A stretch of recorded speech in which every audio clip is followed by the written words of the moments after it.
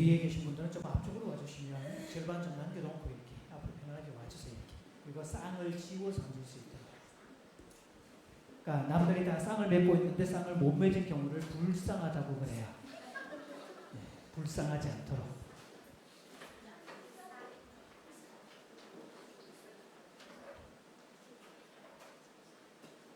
자, 방송실에서 베이스 전체를 조금만 줄여줄래요, 거기서? 베이스음을 조금만. 둘, 셋, 됐어. 네, 그렇게.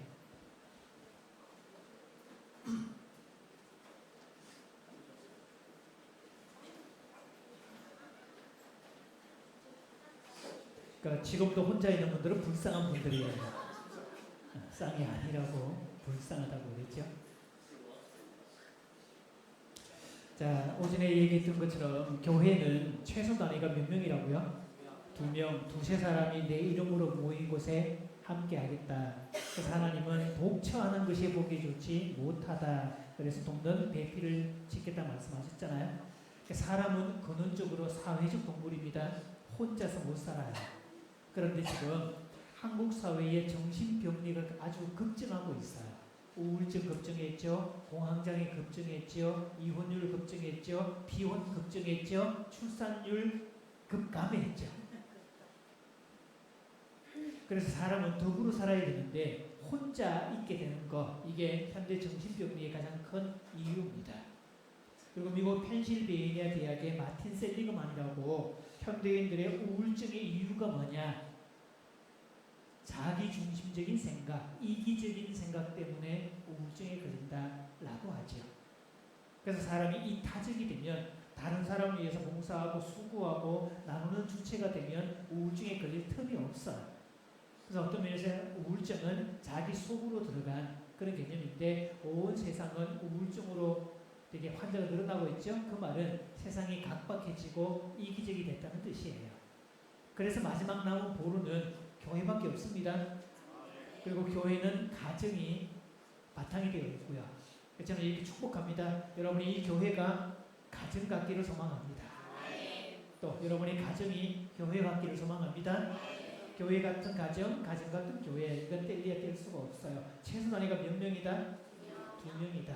그래서 한번 따라해 봅니다. 더불어 살아야 더 불어난다. 보통 이렇게 괜찮은 말로 하면 크게 감탄을 보내주십니다. 다시 갈게요. 더불어 살아야 더 불어난다. 그러니까 하나님께서 가정을 만드신 목적도 아담과 하와가 더불어 살도록, 그래서 더 불어나도록 이렇게 만들어 주셨고, 교회도 그리스도를 믿는 믿음의 바탕 위에서 더불어 살도록, 그래서 교우들끼리 친해야 됩니다.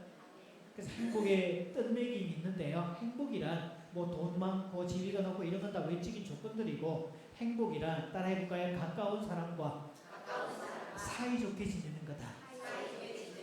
어때요? 어렵지 않죠? 가까운 사람과 어떻게 지내는 거?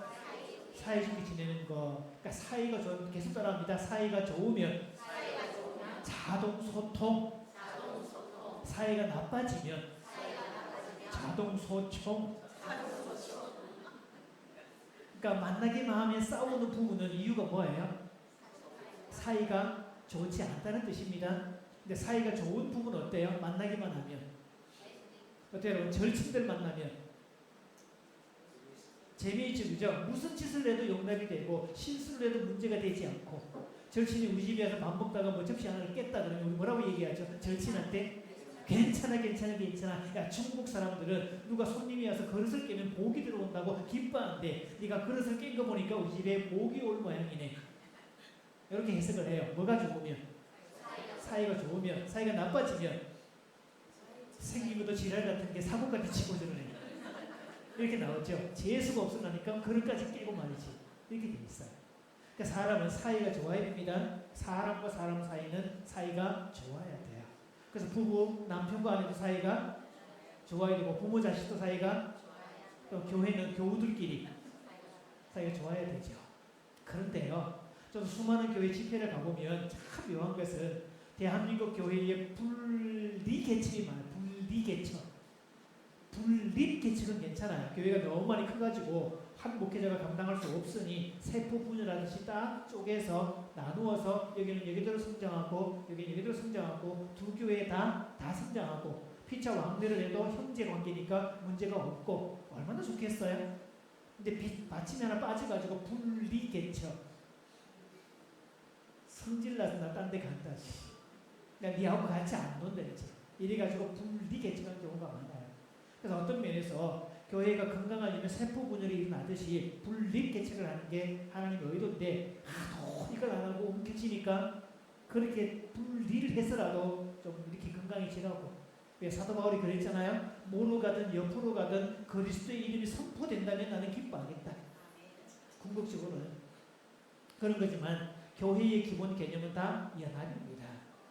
다음 주에 성례가 있다고 들었잖아요. 성례, 성찬식을 영어로는 커뮤니온이라고 그래요.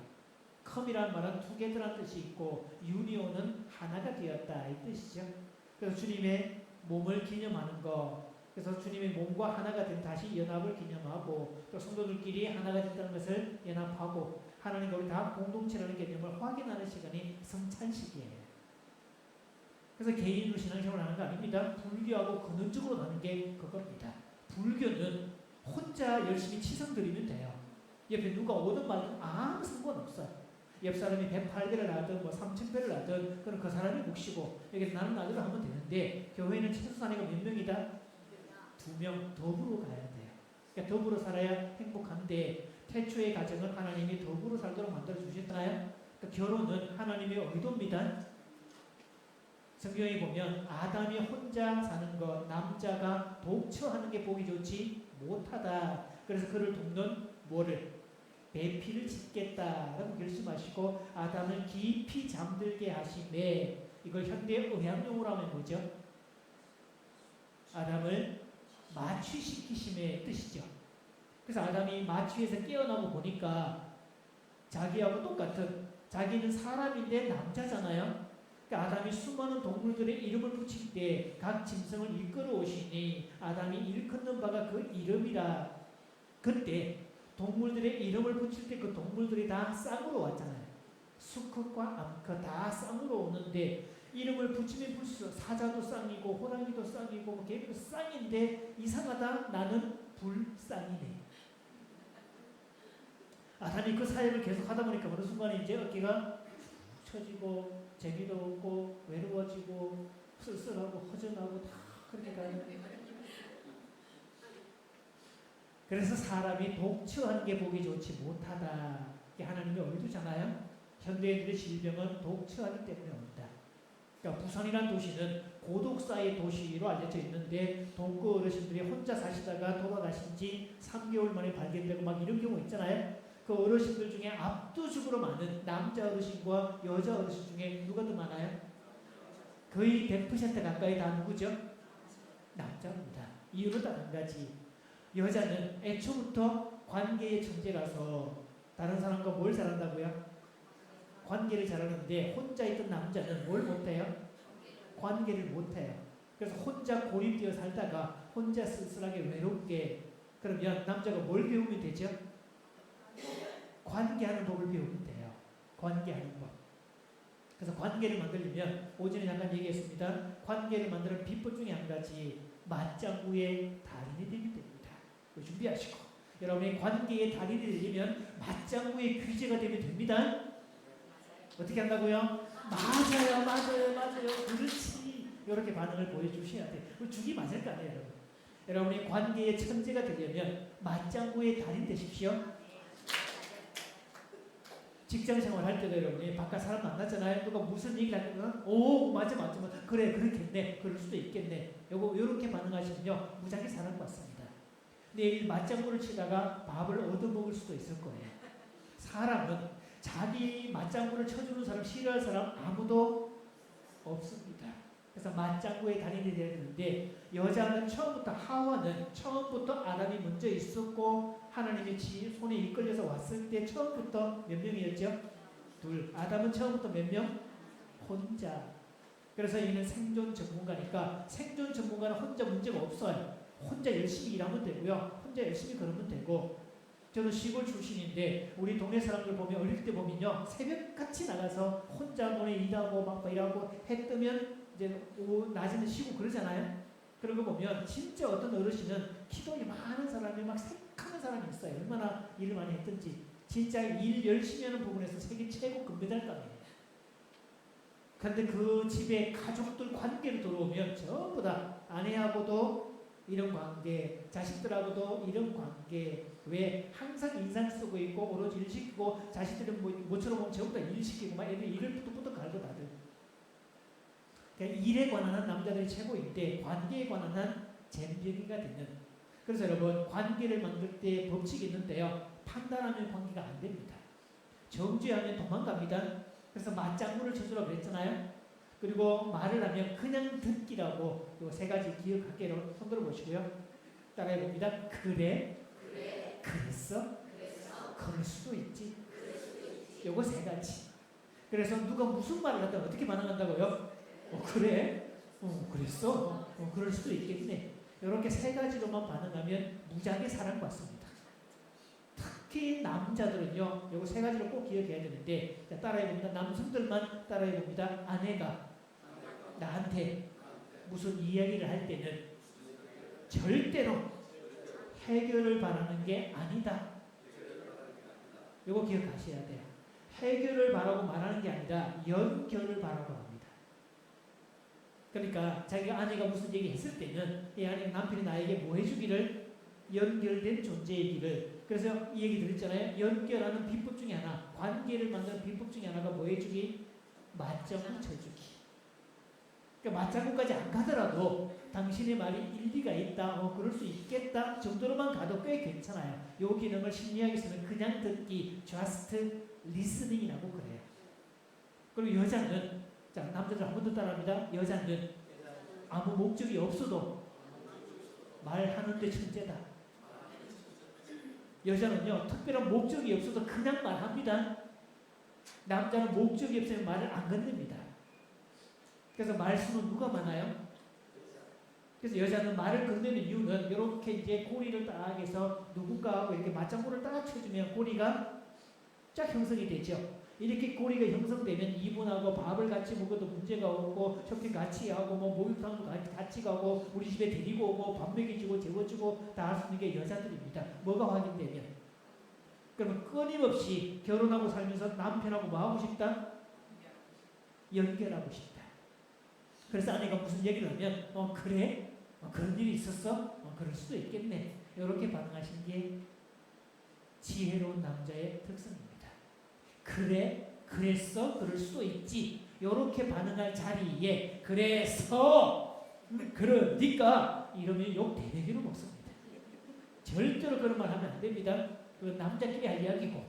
그래서 여러분 남자들이 싸우는 이유는요. 둘 다 그래서 그러니까 요 말 때문에 싸웁니다.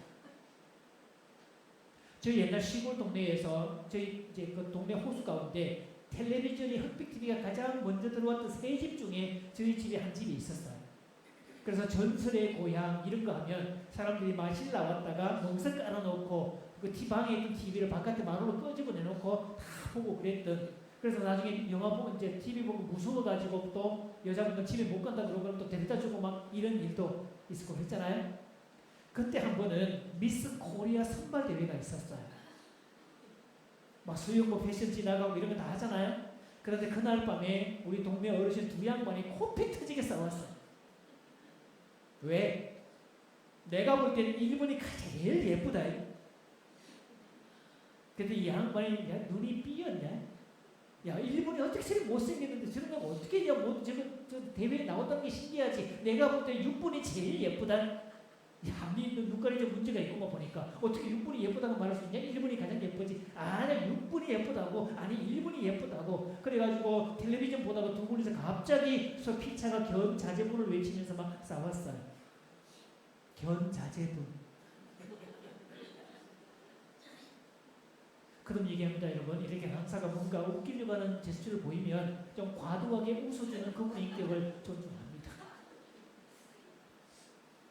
그러면서 막 코피트리 둘이서 막 소생이 개생이 막 해가면서 막 싸우는데요. 싸울 일인가, 여러분? 이거를요, 경계선을 인정해주지 않았다고 그럽니다. 상대방을 인정해주는 거, 제가 상담하면서 이거 합니다. 영어로는 validating, 인정하기. 이걸 쓰면 되는데, 따라해볼까요? 당신이 그렇다면 그런 거지. 이게 적용이 되면 싸울 일 있을까요, 여러분? 없어요. 그래서 일본이 제일 예쁘다 그러면 그래? 너는 일본이 제일 예쁜가 보네. 나는 뭐 하면 돼요? 내 눈에는 육본이 제일 예쁜데? 그러면 돼요. 여기서 뭐라고 되죠? 그래? 그랬어? 그럴 수 있겠네. 네 눈에는 누가 예쁘다고? 육본이 제일 예쁘다고. 나는 내 눈에는 일본이 예쁜데? 그러면 돼요. 그래서 이제 쭉 보다가 나중에 심사 결과 발표 나잖아. 이렇게 그래서 미스 코리아 진 발표됐더니 이 사람이 저 심사위원들 아마 틀림없이 뇌물 먹었을 거다. 아마 그래도 저거는 저러지 않는 한 저렇게 못생긴 애가 될 리가 없단 말이지. 저 예쁜 애는 탈락되고 막 아마 저 집은 딱 가난했고 어쩌고저쩌고 백도 없고 막 돈 쓸 것도 없고 인맥도 그렇고 그래서 그랬을 거다.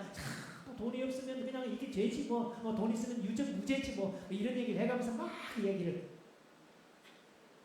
그래서 여러분 우리가 just listening 그래? 그랬어? 그럴 수도 있지. 이것만 해도 세계 평화가 유지가 됩니다.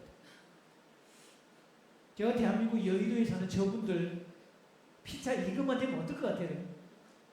그래? 그랬어? 그럴 수도 있지. 인정하기만 돼도 대한민국은 세계에서 제일 행복한 나라가 됐을 거예요. 근데 저놈의 인간들은 만나기만 하면 싸워. 제가 그랬습니다. 여의도를 지날 때마다 한국은 국회의사당을 잘못 지었다고. 왜냐하면 국회의사당을 한옥으로 짓고 민족 전통을 입히려고 국회의원들은 한복을 입히고 저는 안되면 개량 한복이라도 좀 입히고 이렇게 만들었으면 좋을 텐데 국회의사당을 지을 때 서양 양식을 가지고 왔거든요. 이렇게 쭉 사각으로 만들어 올리고 중간에 동그란 걸 올렸잖아요. 그렇죠? 이 양식을 돔 양식이라고 해요. 동그랗게 올라온 거. 그래서 이런 양식으로 국회의사당을 지었더니 멀쩡하던 인간도 거기만 들어가면 전부 다 돔.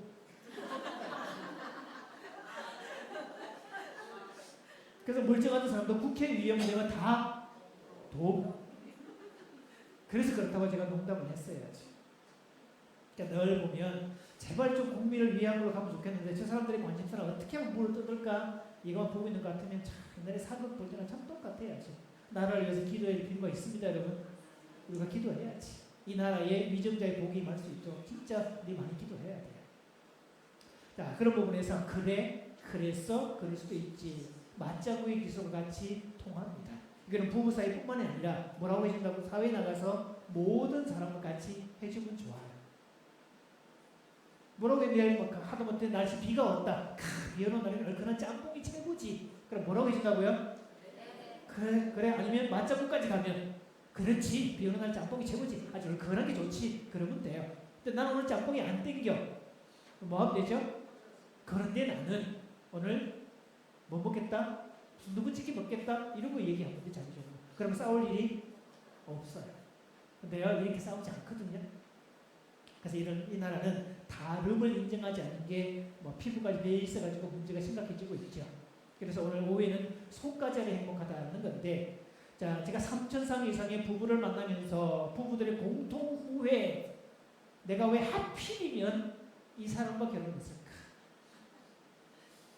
그래서 어떤 사람이 전부 다 누가 그 아이돌이 불렀던 내가 미쳤어 이 노래 막 부르면서 내가 돌았지, 내가 미쳤지, 내가 눈이 삐었지, 골라도 내가 이런 걸 골랐을까? 그런 생각을 많이 하죠.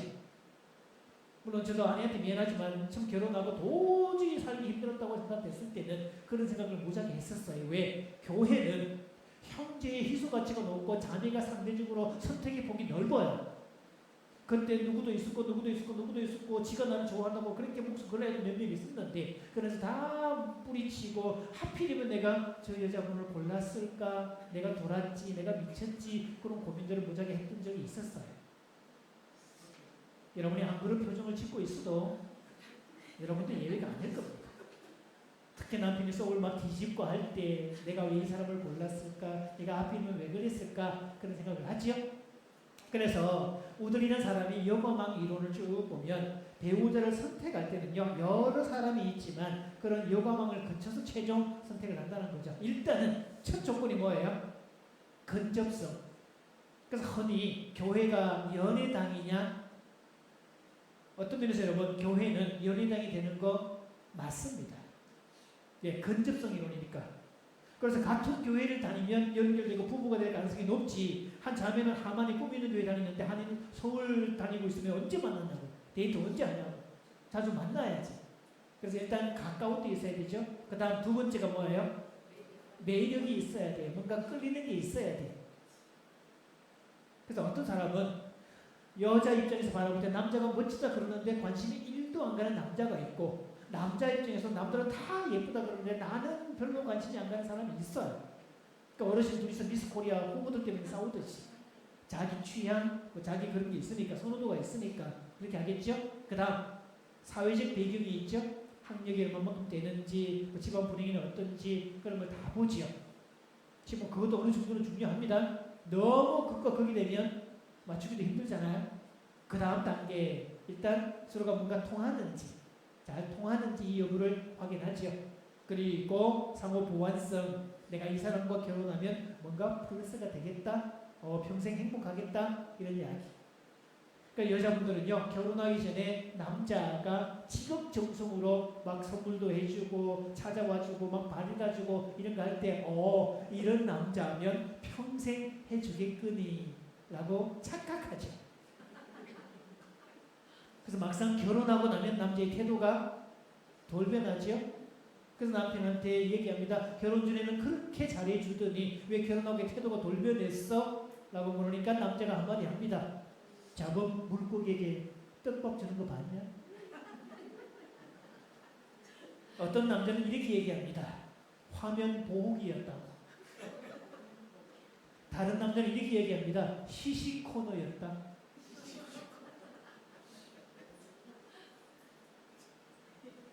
그래서 그걸 가지고 정부를 점칠 수 없다는 뜻이 되죠. 자, 그 다음 마지막 뭐죠? 결혼 준비 요가망. 그래서 이 사람이면 결혼도 되겠다까지 가는, 저렇게 외부에서 줄어들면서 마침내 결혼을 하게 되는데, 그거는 외적인 조건들이고요. 심리학적으로 보면 좀 다른 개념이 있습니다. 사람들이 부부를 조사해 봤더니 이런 경우가 있었어요. 미국 같은 경우에 이혼한 사람들이 3년 이내에 재혼하는 비율이 거의 한 70%에 육박합니다. 10쌍이 이혼을 했다 그러면 그 중에 7쌍은 다시 재혼을 하더라. 그런데 그 재혼한 부부가 다시 이혼하는 케이스는 80%에 육박하더라. 일단 여기서 중요한 게 있으니까 옆 사람 보면서 고소한 표정을 지으면서 이렇게 얘기해 줍니다. 바꿔봐야 똑같답니다.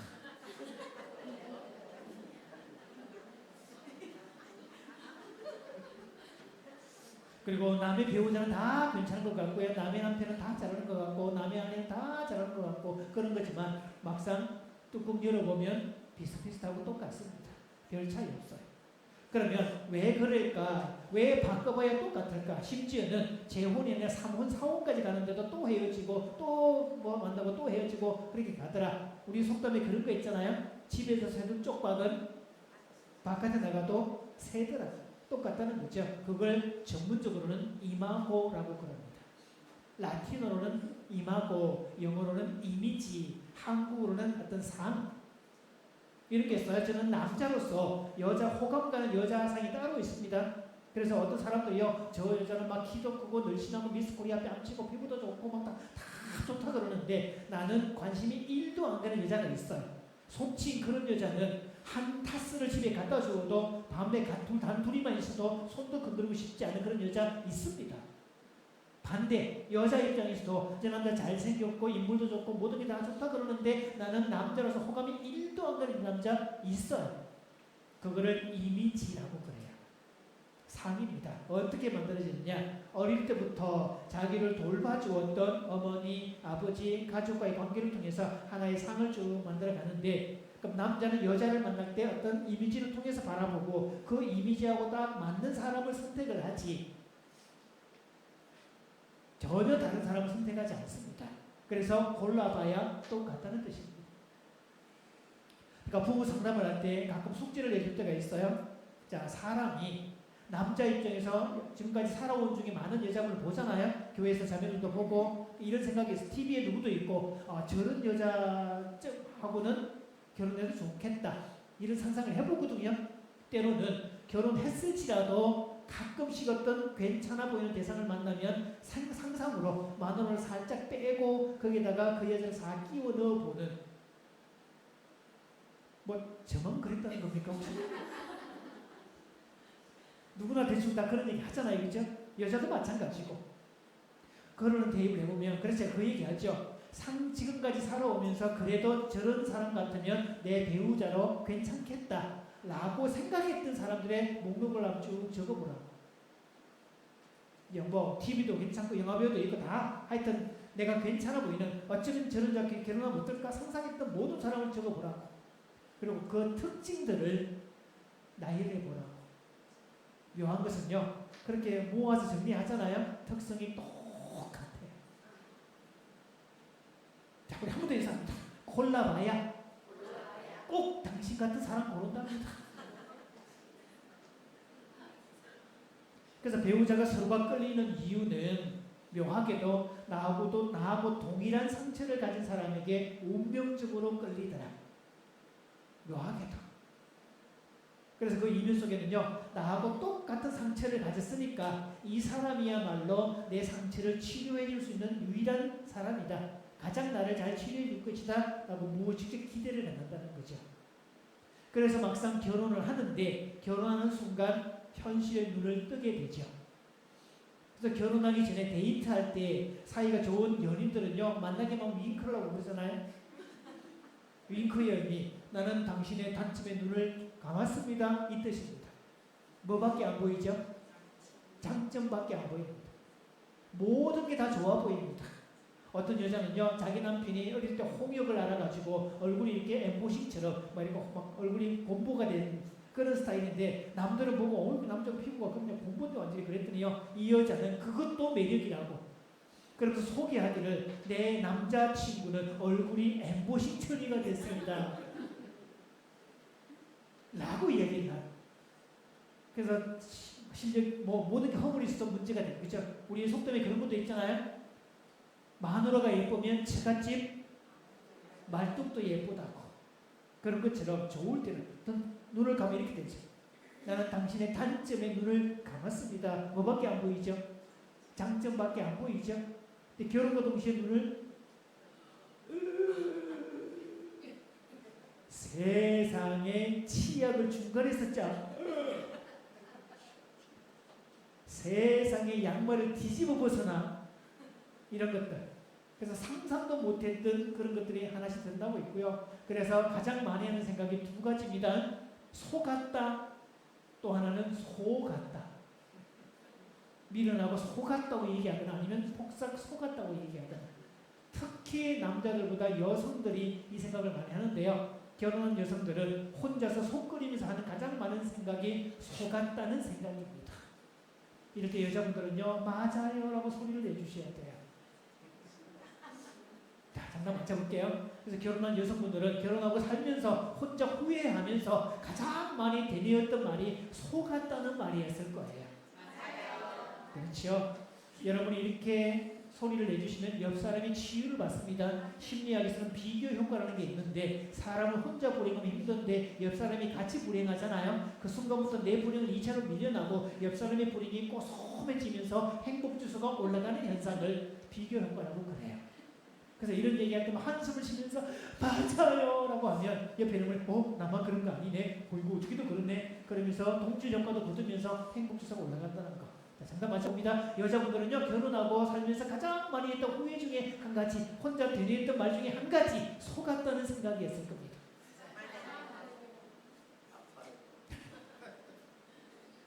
그래서 이것은 어릴 때 형성되었던, 게다가 모든 심리학자들이 공통으로 얘기합니다. 모든 사람은 결혼할 때 가진 무엇이건 대상관계의 재현이라는 심리학 용어인데요. 이겁니다.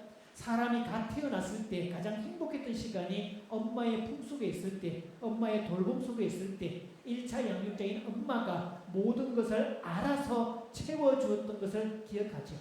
그때가 가장 행복할 때. 그때 아이는 전능감을 경험한다 그래요. 원하기만 하면 되네. 아이고 바라기만 하면 다 채워지네. 울었더니 알아서 다 채워주네. 그러니까 지혜로운 엄마는 아이의 울음소리를 딱 들으면 제가 배고파서 우네, 어디가 아프네, 어디가 불편한 이야기 단번에 합니다. 저는 결혼하고 애들 키우는데 안 해보고 정말 탐복했습니다. 가끔 그래요. 저 배고픈 거 봐. 그랬더니 배고파 우는 거 아니래요. 쟤 똥 쌌는가 봐. 그때 똥 싸서 우는 거 아니래요. 남자가 듣기에는 똑같은 울음인데 여자들은 그걸 감별을 하더라고요. 그래서 저는 여성분들 존경합니다. 그런 부분에서. 자, 그러면 사람이 태어나서 가장 행복하고 가장 전능감을 경험하고 부족한 게 아무것도 없고 그 아이는요, 전쟁통에 폭탄이 터져도 엄마 품속에 있는 한 그 아이는 두려움을 느끼지 않습니다. 바로 그 상태. 그래서 결혼하면 나의 배우자가 딱 엄마처럼 모든 것을 알아서 채워주는 대상이기를 희망하더라. 그런데 문제는 결혼을 하고 보니까 나만 그렇게 기대한 게 아니고 저쪽도 나한테 그런 기대를 하고 있더라. 그래서 그걸 딱 아는 순간 어쭈 나한테 그런 걸 기대해. 저쪽에서 뭐 그걸 나한테 기대한다고 이렇게 되는 순간 죽을 때까지 싸웁니다. 이게 오전에 말씀드린 대로 99%가 다 그렇게 살고 미국도 97%, 95%가 다 그렇게 살아요. 그러니 대부분 부부가 행복하지 않은 거죠. 그러면서 인간의 내면인데요. 저 카를 융이라는 심리학자인데 프로이트의 제자입니다. 심리학의 아버지 프로이트의 제자인데 저 사람은 목사님의 아들입니다. 물론 자기는 개인적으로 나는 기독교인이 아니다라고 얘기했지만 목사의 아들이라서 이 사람이 심적 이론을 딱 끄집어내면요. 기독교하고 딱 매칭이 딱 맞아떨어집니다. 자란 배경이 뭐 교회에서 자랐는데 생각이 안 그럴 수가 없죠. 자기가 아무리 목사 아들 아니라고 해도 보고 듣고 자란 게 그건데. 그래서 인간의 내면을 보면 맨 위에 꼭대기에 뭐라고 되어 있죠? 페르소나. 맨 밑에 자기, 저게 서양 심리학의 핵심인데 페르소나 밑에 첫 뚜껑이 자아라고 되어 있죠. 영어로는 에고라고 그러고요. 밑에 자기는 셀프라고 그럽니다. 그래서 서양 심리학의 핵심은 에고가 셀프를 만나야 된다. 이걸 자기 실현이라는 말을 써요. 조금 이제 어렵지만 어쨌든 하나씩 지나가 볼게요. 그래서 사람 마음이 저렇게 만들어졌다라고 되어 있는데 맨 바깥에 싸고 있는 게 말 그대로 페르소나죠. 페르소나 먼저 설명드립니다. 그 첫 껍질을 깨고 들어가면 그림자라는 게 들어있고요. 콤플렉스들이 중간에 있죠. 콤플렉스 건드리면 툭 터지는 부분들. 나 가방끈 콤플렉스 있어. 그러니까 남들이 학령 이야기할 때마다 괜히 주눅 들고 그 사람이 미워지고 도망가고 싶고 자신감이 없어지는 거. 또 키 콤플렉스가 있다. 이럴 경우. 남들이 키 이야기만 어때요? 괜히 기분이 확 나빠지고 막 도망가고 싶고 이런 거. 그거 콤플렉스라고 그래요. 그 속에 들어가면 집단 무의식이 들어가죠. 그리고 맨 한가운데 자기가 들어가 있어요. 그래서 이 사람은 죽을 때까지 저런 단계를 거쳐서 속까지 들어가야 되는데 얕은 사람이 있고 깊은 사람이 있죠. 그래서 얕은 사람은 흔히 나이 값을 못한다라는 개념이 깊은 속에 못 들어가는 거예요. 그런 걸 저걸 통해서 볼 수가 있습니다. 자, 그 중에서 가면이라는 개념이 있는데 페르소나라고 쓰는데 페르소나 저 말의 뜻. 그래서 영어에서 성격을 퍼스널리티라고 부르는데 그 용어의 어원이 페르소나입니다. 가면이라는 뜻이에요. 저는 오늘 여기 지금 목사라는 가면을 쓰고 있습니다. 왜? 오늘 이 역할을 해야 되거든요. 가면을 딱 쓰고 있어요. 이렇게.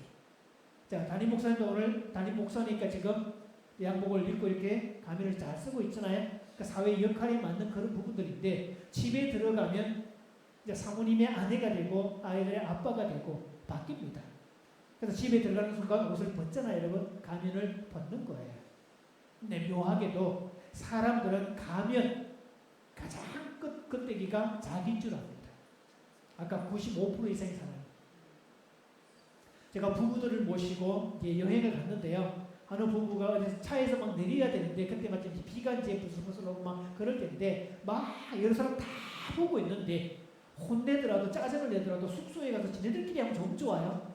다른 부부 다 있는데 자기 아내를 보고 이놈의 예편네 가지고 막 앞다구니를 퍼부으면서 얘기하고 있는데 이유는 딱 한 가지. 골프 우선 받은 게 있는데 그걸 놔두고 왔다. 그래서 그 골프 우산 안 들고 와서 불편할 수 있지만 그게 그렇게까지 욕먹을 부분인가? 그런 거예요. 그래서 유독 한국 사람들이 명차의 목숨을 걸고 큰 차의 목숨을 걸고 아파트의 목숨을 걸고 명품의 목숨을 거는 이유 전부 다 가면 때문입니다. 차면이라고 그러죠. 그래서 부부는 가면을 통해 처음에 만날 때는 심사숙고로 만나고 아까 외적인 조건들 얘기했잖아요. 그렇게 만났지만 집에서 만날 때는 가면 쓰고 만날까요, 여러분? 혹시 여성분들 집안에 내내 있을 때 메이크업 하시나요? 오늘 교회 올 때는 메이크업 하고 왔잖아요, 그렇죠? 왜 교회 올 때는 예쁜 단장을 하고 와야 되니까. 그래서 이게 페르소나예요. 각자의 역할들 필요합니다. 페르소나가 전부는 아니에요. 그래서 인간들은 페르소나가 전부인 줄 알고 사는데요. 그게 전부 다 외적인 조건들입니다. 그래서 인간은 가면 뒤에 인간의 본성이 숨어 있는데 휴먼 네이처라고 그럽니다. 인간의 본성. 그래서 로마서 1장에는요. 저렇게 인간의 본성을 얘기하고 있어요. 인간의 본성은 근원적으로 하나님 두기를 뭐하더라? 싫어하더라. 자, 28절 읽어볼까요? 시작.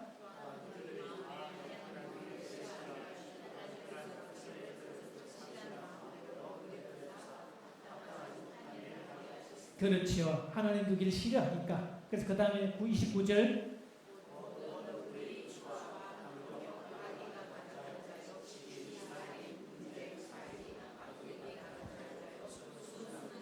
자, 30절.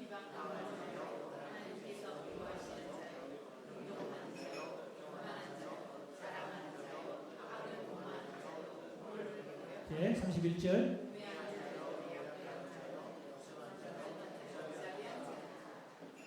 그래서 현대사회의 특성들을 그대로 보여주고 있는 인간들이 이렇습니다. 그래서 사람은 근원적으로 하나님을 만나지 못할 때 인간의 본성대로 가면 이렇게 갈 수밖에 없고요. 그래서 우리가 희망이 있는 것은 우리의 본성은 그런데 우리는 그래서 멸망으로 가는 기차를 타고 가는 거예요. 왜? 멸망의 앞잡이 마귀에게 이끌려서 그렇게 가는 건데 그러면 객차가 기관차를 떼내고 다른 기관차에게 연결하면 어디로 가요? 기관차의 목적지에 따라가게 돼 있죠. 그러니까 우리는 마귀를 따라서 지옥으로 가는 그 길에 그렇게 예정된 객차였는데 예수를 믿는 순간 그 기관차에서 분리시켜서 예수라는 기관차에 딱 연결을 했잖아요. 그러면 예수께서 우리를 끝까지 천국으로 이끄실 것이기 때문에 우리의 종착지는 어디가 된 거죠? 천국이에요. 그러니까 여러분이 기관에 있을 필요도 없고 여러분이 막 돌릴 필요도 없고 엔진일 필요도 없어요. 그냥 연결만 돼 있으면 돼요. 그러면 그분의 목적을 따라 가기 때문에 그렇죠. 그래서 그것을 디바인 네이처, 거룩한 본성이라고 얘기합니다. 그래서 흔히 부부 사이에 성격 차이로 이혼한다 아직 미숙하다는 뜻입니다. 어떤 면에서 하나님의 의도를 보면 하나님께서 다양성을 얘기했잖아요. 각기 그 종류대로 이렇게 얘기했잖아요. 자, 여기 국화도 지금 노란색과 보라색이 함께 있잖아요. 국화색에 노란색 하나밖에 없다면 어떨 것 같아요? 세상에 꽃이 노란색 하나밖에 없다면 얼마나 단조로울까 얘기죠? 국화 종류 안에서도 이렇게 종 색깔도 많고 가을에 여러분 국화 전시회 가보셨어요? 진짜 별의별 국화 다 있잖아요. 색깔별로 종류대로 막 어떤 데가 보면 한 송이가 올라와서 가지를 쳤는데 막 수백 송이가 달려있는 마치 나무처럼 된 그런 것도 있고 세상에 아름다울 수 있는 것은 다양성 덕분입니다. 하나님의 의도예요. 각기 그 종류대로. 그러면 남자와 여자를 창조하실 때도 각기 그 종류대로. 그럼 남자와 여자는 어떤 존재다? 그냥 다른 게 아니라 완전히 다르다. 여러분 살아보셔서 알지만 남자와 여자는 달라도 너무 달라요. 그 다름을 알지 못하면 죽을 때까지 고생입니다. 그런데요, 불행한 부분은 다르다고, 다른 걸 틀리다고 계속 손가락질 하는데 행복한 부분은 다르다에 점을 하나 콕 찍으면 다르다가 됩니다. 아까 얘기했잖아요, 여러분. 이런 말 할 때 얘기한다. 다르다에 점을 하나 콕 찍으면 다르다가 됩니다. 그래서 다른 대상인데 아내가 남편을 잘 다루고 남편이 아내를 잘 다루면 이 사람은 무지하게 행복해지죠. 저 목사님은 기타를 잘 다루네. 이렇게 평 쓰잖아요.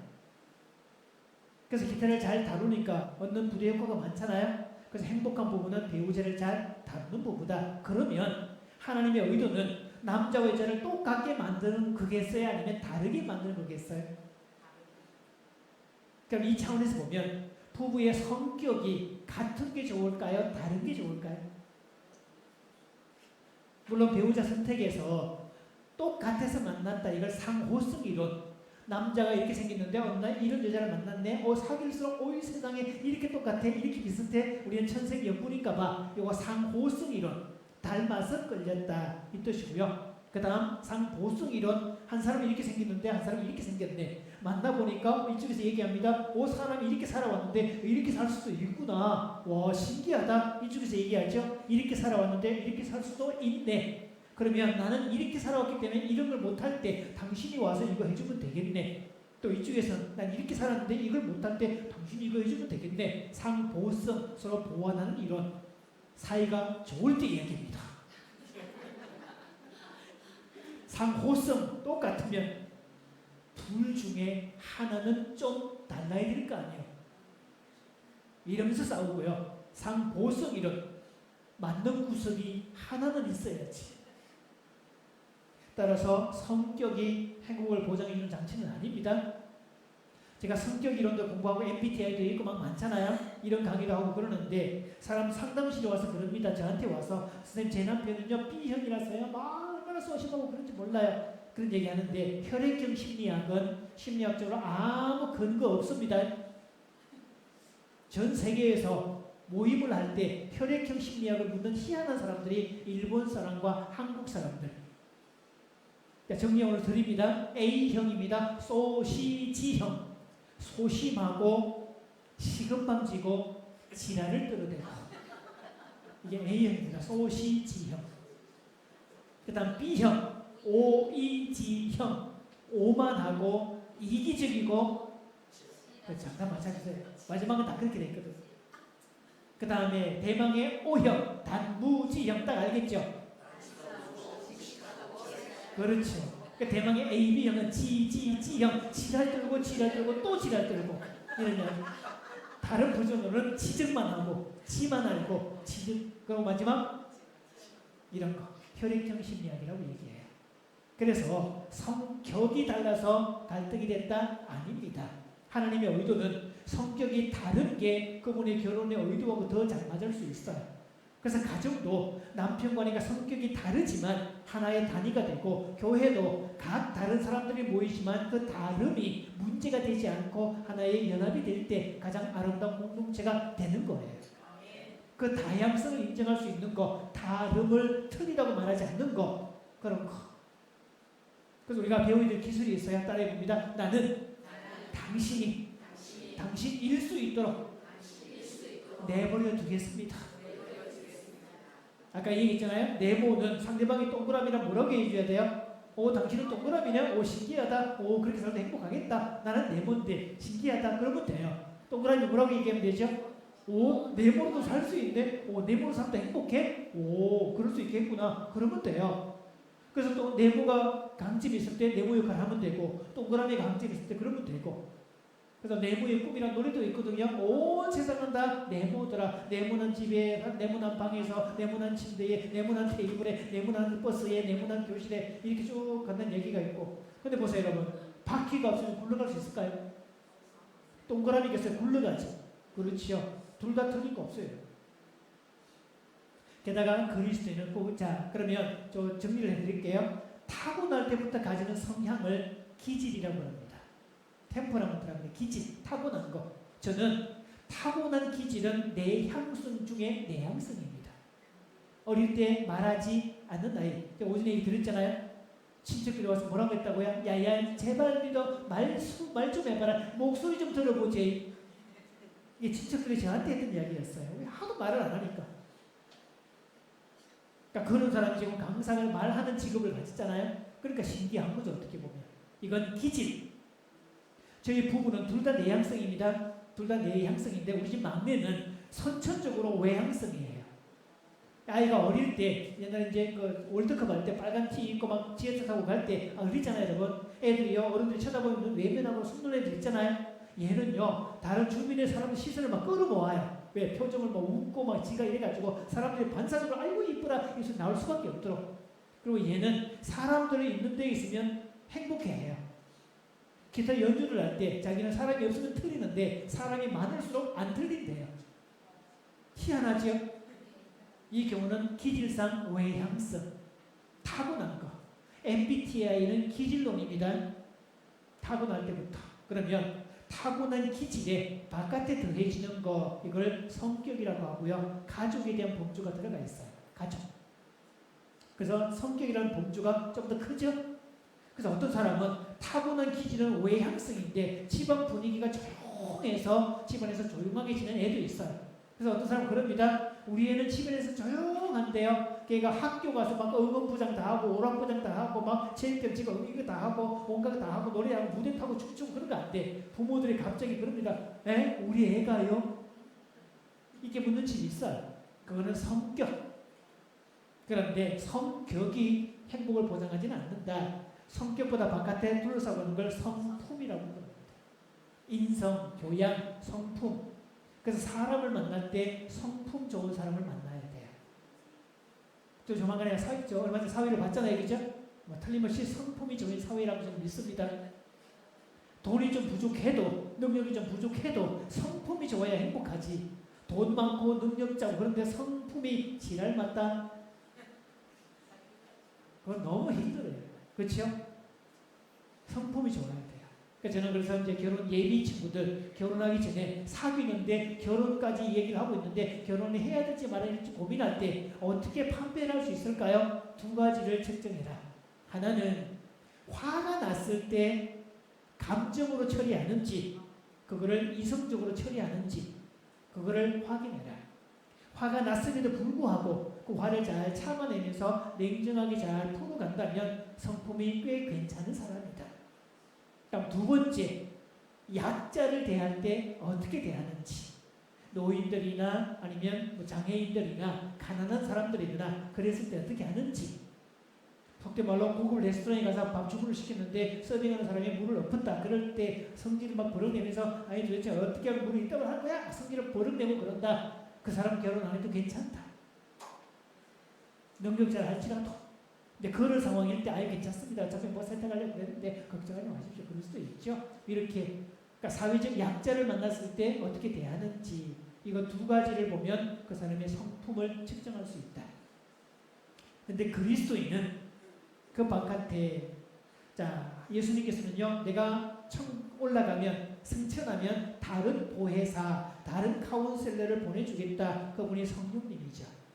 그래서 사도행전교회에 예수님이 승천하고 난 이후에 바톤 터치를 해서 예수를 고백하는 사람에게는 성령을 덧입게 되었죠. 그래서 누구든지 예수를 믿으면 성령이라는 기관차하고 딱 연결되어서 따라가게 돼 있어요. 그래서 기도하고 믿음이 좋을수록 인간의 기질은 엉망이고 성격은 좀 그렇다 할지라도 성품이 더 부족해도 뭐가 성령의 9가지 열매가 더해지면 그 품성에 의해서 따라갈 수 있습니다. 자, 9가지 열매가 나오죠? 노란 바탕 읽어볼까요? 시작.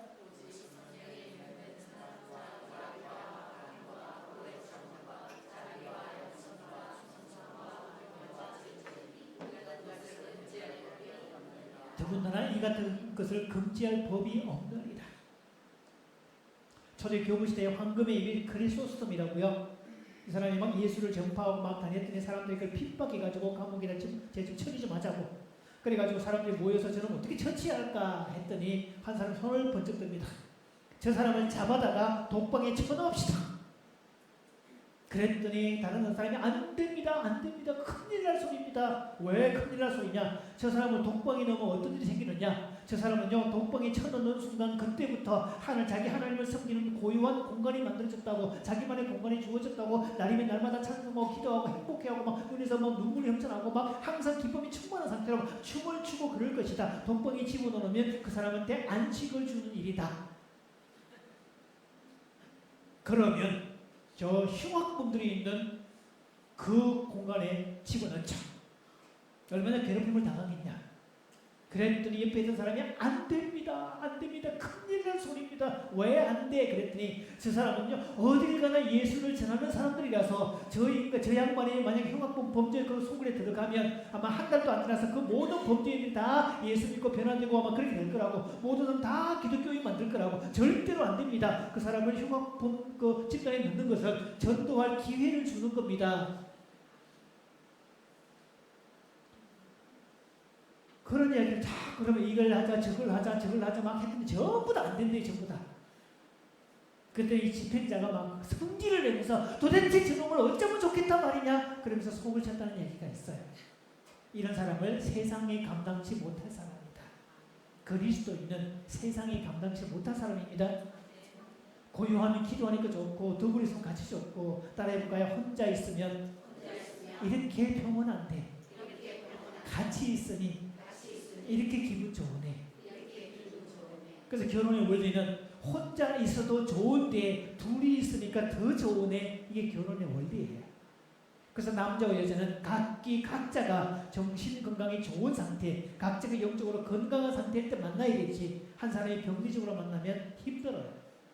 물론 좋은 배우자가 넉넉한 가슴이라서 부모 안에서 사람을 바뀌는 경우도 들어 있습니다만 이 경우에 여성 쪽이 건강해서 남자를 품는 경우는 있지만 남자가 건강해서 여성을 품는다 이런 사례는 거의 없어요. 가끔씩 보면 결혼하기 전에 망나니처럼 지냈는데 저놈 자식하고 결혼하더니 사람 됐다 이렇게 말하는 경우들은 있어요.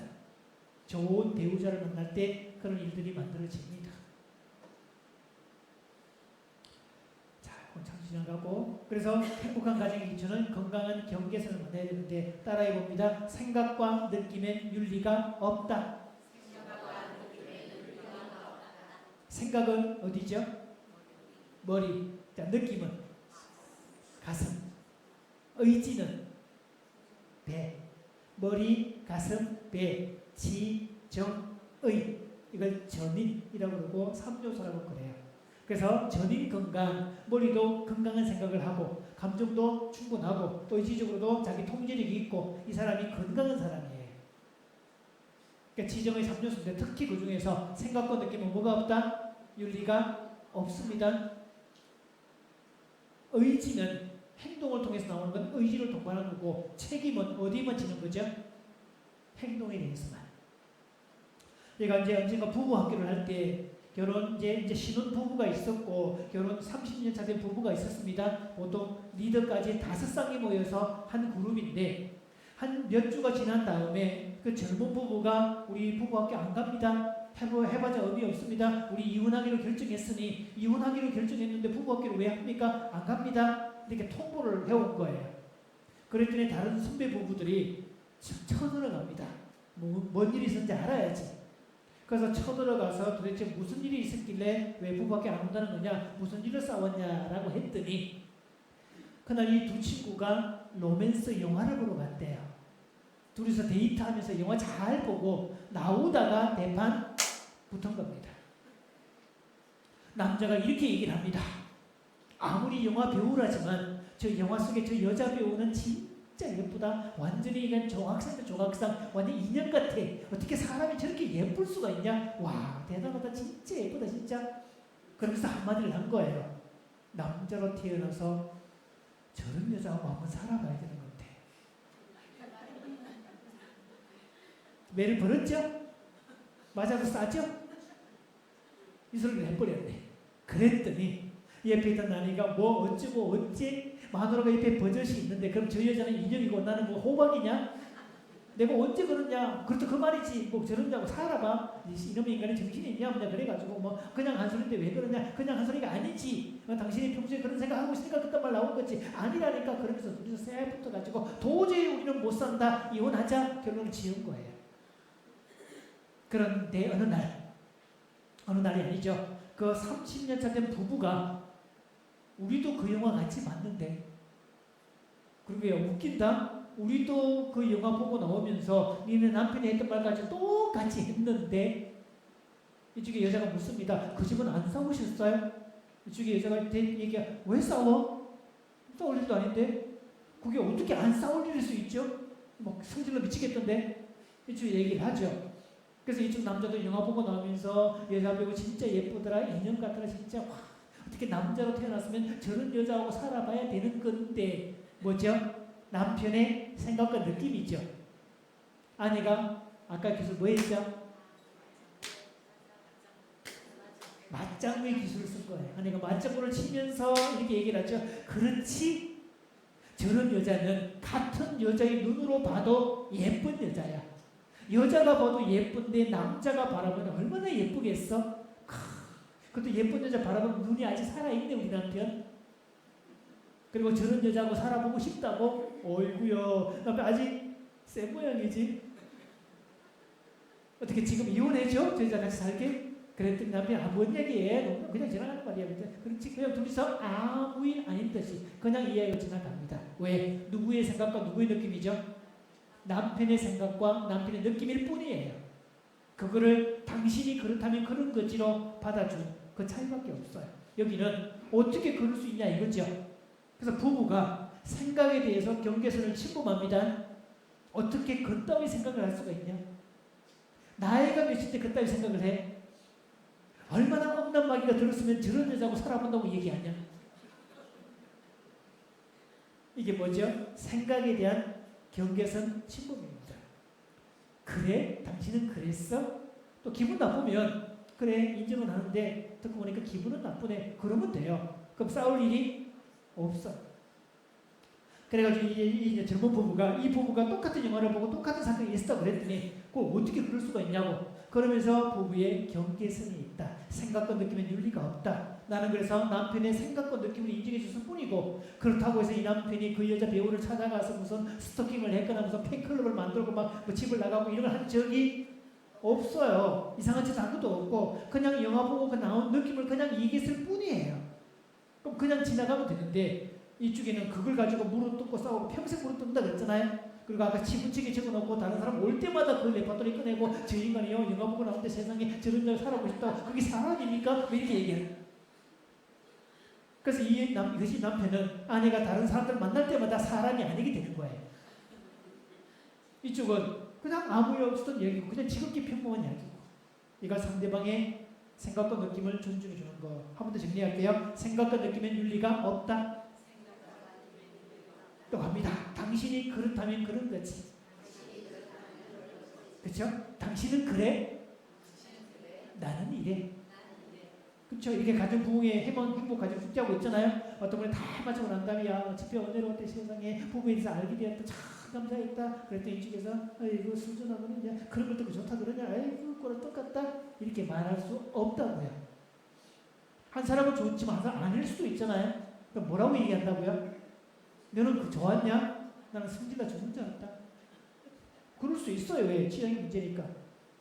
또 반대로 이쪽에서 처음에 얘기하죠. 도대체 뭐 가정 축제라고 하는데 진짜 짜증나 미치는 줄 알았다. 그냥 막 아니 아무리 강사가 은혜롭지만 근데 교인들 그렇게 재울 수가 있냐 막 그러면서 저는 죽는 줄 알았다.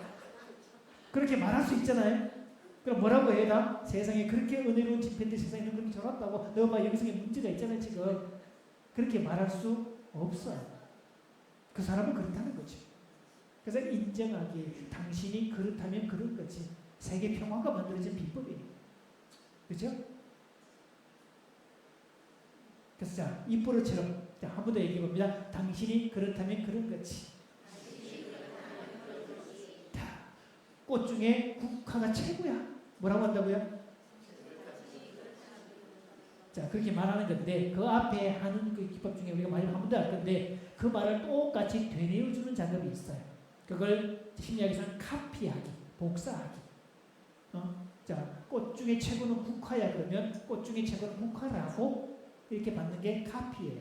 자, 준비해보세요. 꽃 중에 최고는 국화야. 그래, 당신이 그렇다면? 그러면 돼요. 내 생각하고 다를 수 있거든요. 자, 나는 장미라면 뭐라고 얘기하면 되죠? 나는 개인적으로 장미가 최고야. 그러면 돼요. 여기서 뭐라고 하면 돼요? 장미가 최고라고? 그래, 네가 그렇다면 그런 거지. 그러면 우리 정리가 됐네. 내 취향은 국화고 네 취향은 장미네. 그러면 돼요. 그러니까 부부끼리 뭐 하면 되죠? 가을 되면 당신을 위해서 우리 국화 한번 사자. 봄이 되면 당신을 위해서 장미꽃다발 하나 사자. 그러면 돼요. 그렇죠? 그래서 부부가 살다가 보니까 국화제 오는 이 남자도 오 장미가 가까이서 보니까 되게 예쁘네, 매력이 있네. 그러면 장미를 사랑하도 장미도 이뻐져. 그러면 국화를 최고로 생각했던 남자가 장미도 거의 같은 수준에 올리게 됐네. 이런 거죠. 어느 부부가 그랬잖아요. 어느 앉으면서 산청 저기 처음에 어디 골짜기에 사는 막 버스가 하루에 한 대 들어가고 뭐 이런 집. 이 양반은 고기라고 먹은 적도 없고 해물은 구경도 못했고. 근데 부산 아가씨를 만났네. 결혼해서 살았더니 밥상에 올라온 게 전부 다 조개가 올라오고 막 고등어 올라오고 갈치 올라오고 막 비린내가 나서 미칠 것 같은데. 그래서 밥상에 앉을 때마다 코를 튀겨박고 세상에. 내가 생각하는 고기는 육류지. 소고기, 돼지고기 이런 게 고기인데 근데 고기가 생선이 될 수가 있냐? 아니가 고기 드세요라고 갖고 왔는데 그 고기가 아니고 생선이네. 그래가지고 막 고기를 털어맞고 이렇게 막 빛내 싫다고. 아니면요 생선 구우면서 이게 고양이 냄새지. 막 그런 행복해하죠. 아내는요 생선을 먹고 자란 아내는요 육고기 냄새 맡으면 막 그게 비릿해가지고 막 역겨워지고 고기도 먹기 싫고 국도 안 먹고 국도 안 먹는다. 그럴 수 있어요 다. 그렇죠? 그러니까 가끔 뭐 하면 돼요? 조율하면 되지. 조율하고 협상하면 되지. 그래서 당신 생일이니까 이번에 고기를 고기국 끓여줄게. 당신 생일에 그러면 생선 이렇게 하자. 그러면 돼요. 그 밥상에 앉으면 같이 고기 반찬 먹으면 되고 생선 먹으면 돼. 그러다가 고기만 먹던 남자가 생선을 찍어보면 맛이 괜찮네. 그래서 자꾸 먹어보면 이제 그것도 알게 되고 생선은 이런 맛이구나. 여기는 뭘? 생선만 먹던 사람이 육고기도 먹어보니까 그렇게 되네. 육고기 맛도 알게 됐네. 우리말에 그런 말도 있거든요. 중이 고기 맛을 알면 절간에 빈대가 남아나지 않는다고. 경험의 차원. 그래서 중년기가 되고 나면 나는 육고기만 먹었던 사람인데 그게 또 알게 되었고 여기는 생선만 먹던 사람이 이 맛도 알게 되었고 두 사람이 어디를 가도 다 어울릴 수 있더라. 빈부에 처하나 귀친에 처하나 어느 누구하고 다 어울릴 수 있더라. 내게 능력 주시는 자 안에서 모든 걸 할 수 있다. 사도 바울의 행복 비법 아닙니까? 그래서 어디를 가도 어울릴 수 있어야 돼요. 진주 촌놈이요 서울에 올라갔던 그 원장님 이제 그 가정사회 기관의 원장님인데 자기가 지인을 만난대. 지금 그 식사 대접을 해준대요. 시푸드 회사 사장이래요. 그래서 덩달아 이제 같이 되고 운전을 좀 도와주고 같이 가서 밥상에 앉았는데 테이블에 메뉴판에 이렇게 왔잖아요. 딱 왔더니 1인당 18,000원 돼 있어요. 그때만 해도 김치찌개가 5,000원씩 할 때. 그래서 상대적으로 비싸네. 사장님 되니까 이거 사는가 보다. 그러고 이제 열심히 이제 먹고 있는데 나오는 메뉴를 봤더니 불도장이 막 나오고요. 샥스핀이라고 왜 상어 진느러미 이런 게 막 나오고 이게 뭐지? 이게 이 가격이 가능해? 라고 메뉴판을 다시 봤더니 1인당 18만 원이었어. 보세요 여러분. 그래서 만약에 우리가 그런 데 가서 18만 원짜리 먹었잖아요. 그죠? 그럴 때 어떻게 먹어야 되죠? 맛있게 먹어줘야 돼요. 만약에 집사님 이거 18만짜리 이거 18,000짜리로 바꾸고 나머지 해당되는 그 차액을 우리 성경원 보냅시다. 이렇게 하면 이분은 의를 세울 수 있지만 이 사람은 속된 말로 쪽팔림을 느낄 수 있어요. 그럴 때 차라리 그게 걸리면 맛있게 먹어주고 내가 이런 부분이 걸리니 집사님이 18만짜리 샀으니 18만원치만큼 성경원 더 내시라고. 차라리 그분한테는 그렇게 말하는 게 훨씬 더 프라이드가 살죠 이렇게.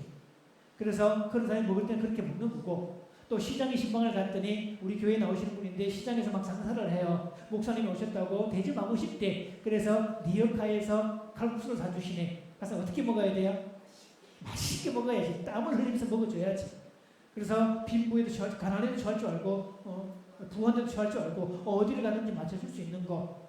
그래서 춤추는 자리에 가면 뭐 해야 되고 춤출 수 있어야 되고 슬퍼하는 자리에 뭐 해줘야 되고 그거 해줘야 되고 노래를 부르면 뭐 해야 되고 음악 반응지에서 몸을 움직여줘야 되고 그게 우리의 영성이에요. 그러니까 생각과 느낌엔 윤리가 없다. 이것만 존중이 돼도 부부는 싸울 일이 없어요. 이게 적용이 되면요 교회가 싸울 일이 없어요. 교회가 분리되는 역할 없어요. 생각과 느낌 다른 거 다를 수밖에 없죠. 그 다른 게 다양성의 원리 맞습니다. 다른 게 맞아요. 오늘 저도 기타 두 종류를 써봤잖아요, 여러분. 오전에 이 클래식 기타를 썼고 아까 오이 찬양할 때 이 기타를 썼잖아요. 얘는 포크 기타고 세줄 기타예요. 이런 나이롱축 기타고 음색이 달라요. 종류에 맞도록 이렇게 쓰는 거예요. 이렇게 다양성이니까. 저는 그래서 집회를 가면 두 기타를 동시에 쓸 때도 있어요. 이렇게 색깔이 맞도록. 혼자 연주할 때는 이 기타를 쓰고 찬양할 때는 이 기타를 쓰고 찬양할 때도 얘가 맞으면 얘를 써주는 거고 그 용도에 맞게 다 쓰는 거 좋잖아요. 다. 그래 다 틀림 이게 좋다 나쁘다 없어요. 여러분. 얘는 얘대로 좋고 얘는 얘대로 다 좋아요. 우리도 마찬가지다. 그러니까 다른 게 문제될 거 없습니다. 문제를 삼으려고 그러면요 모든 사람이 문제가 돼요. 그래서 우리 담임 목사님 보시면서 목사님이 키가 적어가지고 어떻게 담임 목사님이냐 그러시면 평생 그게 문제가 돼요. 그 영어로 생각하면요 그 개념이 저렇게 아담 사이즈가 되니까 훨씬 더 날렵할 수 있어요. 제가 골대녀를 봤더니 키가 제일 큰 그룹하고 키가 제일 작은 그룹이 축구를 하는데 재밌는 거는요 키 작은 애들은 넘어질 가능성이 거의 없대요.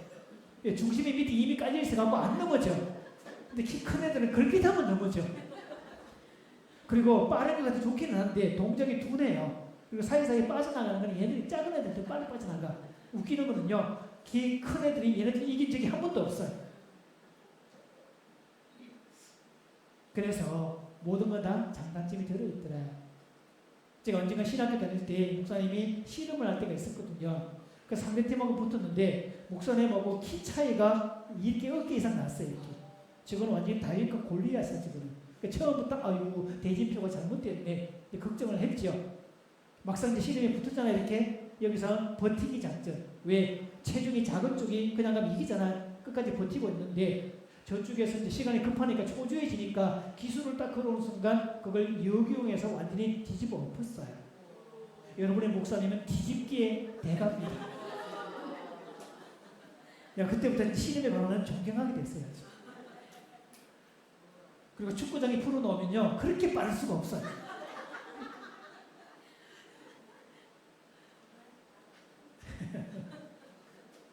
자, 그래서 다른 것은 틀린 것도 아니고 각자의 생각과 느낌도 일리가 없다는 거 꼭 기억하셔야 됩니다. 생각과 느낌은 뭐가 없다고요? 윤리가 없어요. 생각은 생각이고 윤리는 윤리고 그게 구분해야 됩니다. 그래서 부부끼리는 공감 안 됩니다. 많은 아내들이 원하는 남편상 내 말에 귀 기울여주고 고개를 끄덕여주고 그랬구나 이런 남편을 기대하지만 남자에게는 공감의 기능이 없습니다. 요만큼 남아있긴 한데 이것도 대문 밖을 나서서 다른 여자에게 작동되지 자기 마누라에게 작동되지 않습니다. 꿈 깨셔야 됩니다. 그래서 여자분들 듣기 이제 꼭 맞아요 하셔야 될 거예요. 내 남편은 내 말을 일부러 작정하고 계획적으로 의도적으로 안 들으려고 결심한 것처럼 보였을 때가 한두 번이 아니었을 겁니다. 그렇죠? 그리고 다른 여자 말은요 예수님 말씀을 실천합니다. 오리를 가고자 하는 심리를 가지고 막 겉옷을 달라면 속까지 막 다 주는 그런 걸 얘기하잖아요. 길났네. 지금 남자들 길고는 이렇게 쭉 가시면 돼요. 그럼 지나가는데 여자가 안내 하잖아요. 여기 가시다가 이렇게 쭉 가시 따라오세요 그냥. 막 그런 사람들 얼마나 친절한지 몰라요. 그래서 여자분들이 볼 때 내 남편은 내 말을 안 들으려고 작정한 것처럼 보였을 거예요. 일단 여자분들끼리 서로 보시면서 그 집 남편도 그래요. 물어봅니다. 이때 답은요. 더했으면 더했지 덜하지 않다고. 그리고 남자들도 있습니다. 똑같은 말인데 마누라가 얘기하면 기분이 확 나빠지는 그리고 반대로 하고 싶은 충동을 느낍니다. 이걸 청개구리 유전자라고 합니다. 이 상황일 때요. 다른 여자분이 강사님 물 한 모금 마시고 말씀하세요. 그러면 그럴까요? 그럼 제가 마십니다. 근데 아내가 사인을 주잖아요. 마시고 싶다고도 이걸 내려놓습니다. 이걸 청개구리 유전자. 똑같은 말을 하더라도 반대로 하고 싶은 충동이 생깁니다. 그래서 아내들은 아내가 직접 말하는 것처럼 말을 하면 가르친다고 얘기하고요. 남자들은 반대로 행동합니다. 그럴 때 제3의 권위를 이용하는 거. 제가 언젠가 남편 사용설명서, 아내 사용설명서를 냈을 때 어떤 독자가요. 문의가 왔어요. 선생님 이 남 책 보니까 진짜 좋은데 우리 남편도 읽기 하고 싶은데 제가 권하는 책은 절대로 읽지 않아요. 어떻게 하면 좋을까요? 제가 방법을 알려줬습니다.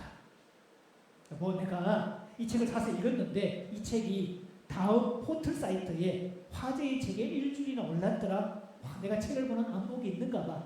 그런데 여보, 이거 당신이 좀 봐서 도대체 어떤 인간이 이런 책을 썼는지 좀 봐줄래? 라고 하든지, 아마 내가 봤을 때 당신이 책을 쓰면 이 책보다 훨씬 더 괜찮은 책을 쓸 수 있을 텐데 이 인간이 책을 제대로 썼는지 안 썼는지 당신이 좀 봐줄래? 이렇게 얘기하면 뭔데 그래? 그러면서 열어봅니다.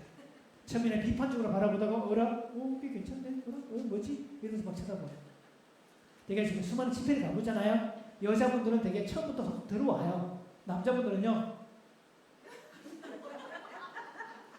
이러고 있거나 휴대폰 보고 있거나 막 다들 그러고 있다가 시간이 좀 지나면 이제 노래하는 거 부르고 연주다 그러면 무장을 해제하고 이렇게 나와요.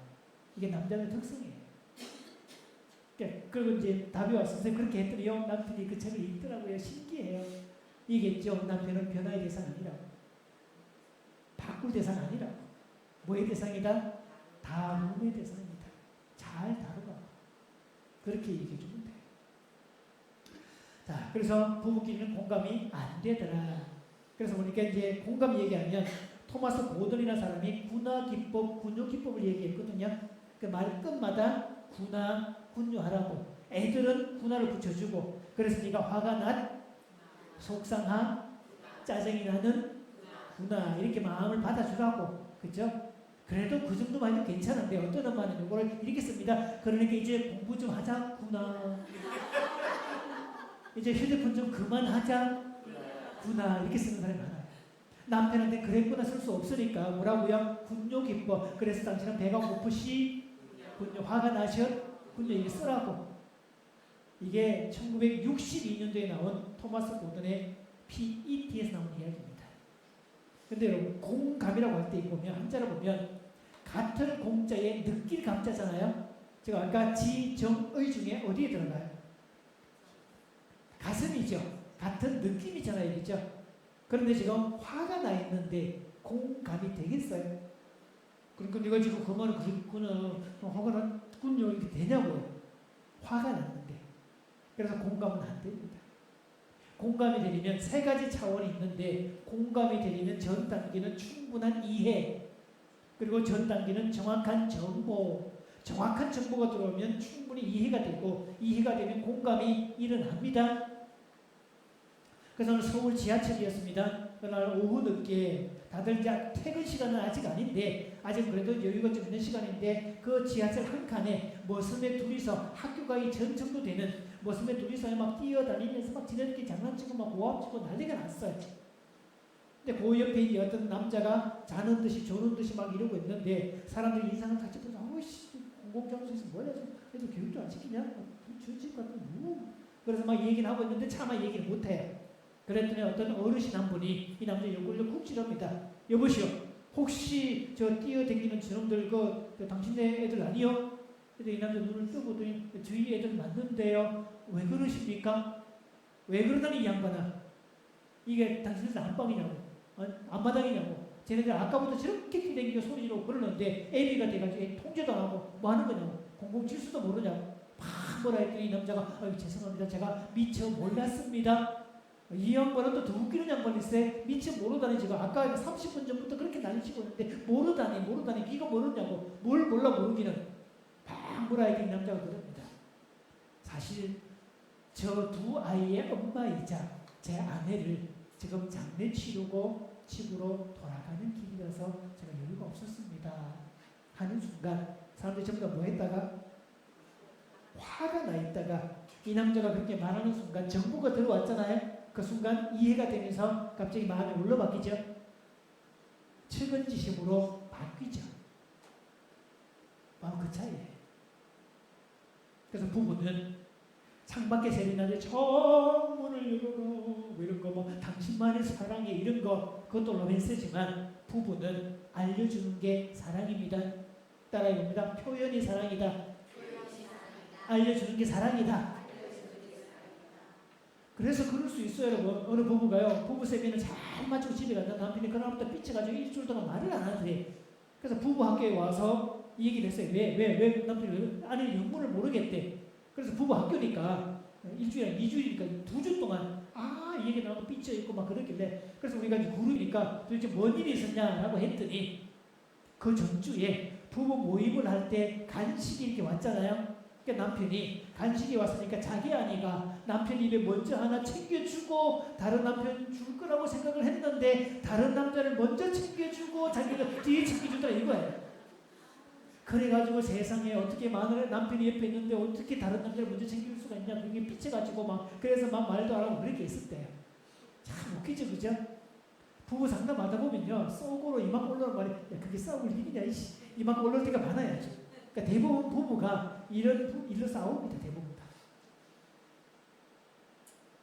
그러니까 남편이 뭐 하면 되죠?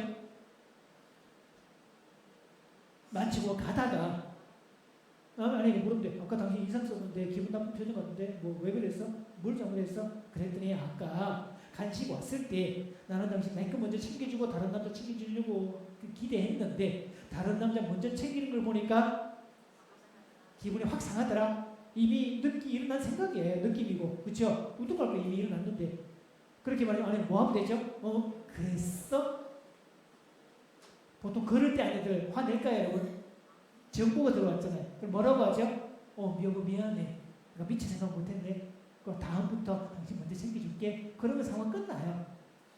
그리고 그런 다음 풀어주면 보너스 하나 더 주기 대신 당신 좋아하는 거 뭐 해줄게 뭐 이렇게 한다든지.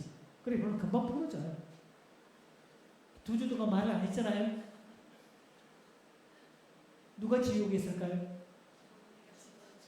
남편 지부터 지옥이고 일단 두 번째 아내는 더 지옥이고 왜? 여자는요 남편가 얘기했죠. 관계로 연결되어 있기 때문에 남편이 불편하면 아내는 자동으로 불편해집니다. 단위가 하나가 돼 있어요. 그러면요 남편이 뭔가 문제가 있어서 얘기를 하잖아요. 안 하잖아요. 그럼 여자는 본능적으로 내가 뭘 잘못했지? 이렇게 돼요. 회사에서 이번 차에 승진할 타이밍인데 누가 봐도 승진할 건데 나도 그렇게 믿고 있고 다른 사람도 전부 다 그렇게 믿고 있는데 발표가 났는데 승진 명단에서 빠졌네. 기분이 막 상하고요. 회사 그만두고 싶고 그냥 거의 풀이 죽어가지고 집에 들어옵니다. 이런 이야기를 바깥에 있는 일을 집안 얘기에 본들 뭐 도움도 안 될 테고 아내가 해결해 줄 것도 아니고 그래서 인상을 막 쓰고 집에 들어와요. 그럼 집에 있던 아내가 남편이 무슨 문제가 있구나 라고 생각하지 않습니다. 뭐라고 생각한다고요? 내가 뭘 잘못했지? 이렇게 생각을 해요. 그래서 남편이 말도 안 하고 2주 동안 혼자 인상 쓰고 막 그러고 있으면 아내도 덩달아서 같이 인상 쓰고 후회하고 뭐 우울에 같이 빠지게 돼 있어요. 그래서 그럴 때 뭘 주는 거? 정보를 주는 게 사랑이다. 집에 딱 들어와서 얘기하죠. 당신 인상이 되게 그렇네. 오늘 회사에서 나는 반드시 승진될 줄 믿고 있었는데 이번에도 빠졌더라. 그렇게 얘기죠. 이유를 알았죠. 그죠? 아내가 마음에서 공감이 일어나죠. 이해가 되면서 공감이 그럴 수 있겠네. 그럴 수 있겠다. 그러면 이제 남편이 얘기하면 나 회사 때려칠까 봐. 그럼 그때 보세요 여러분.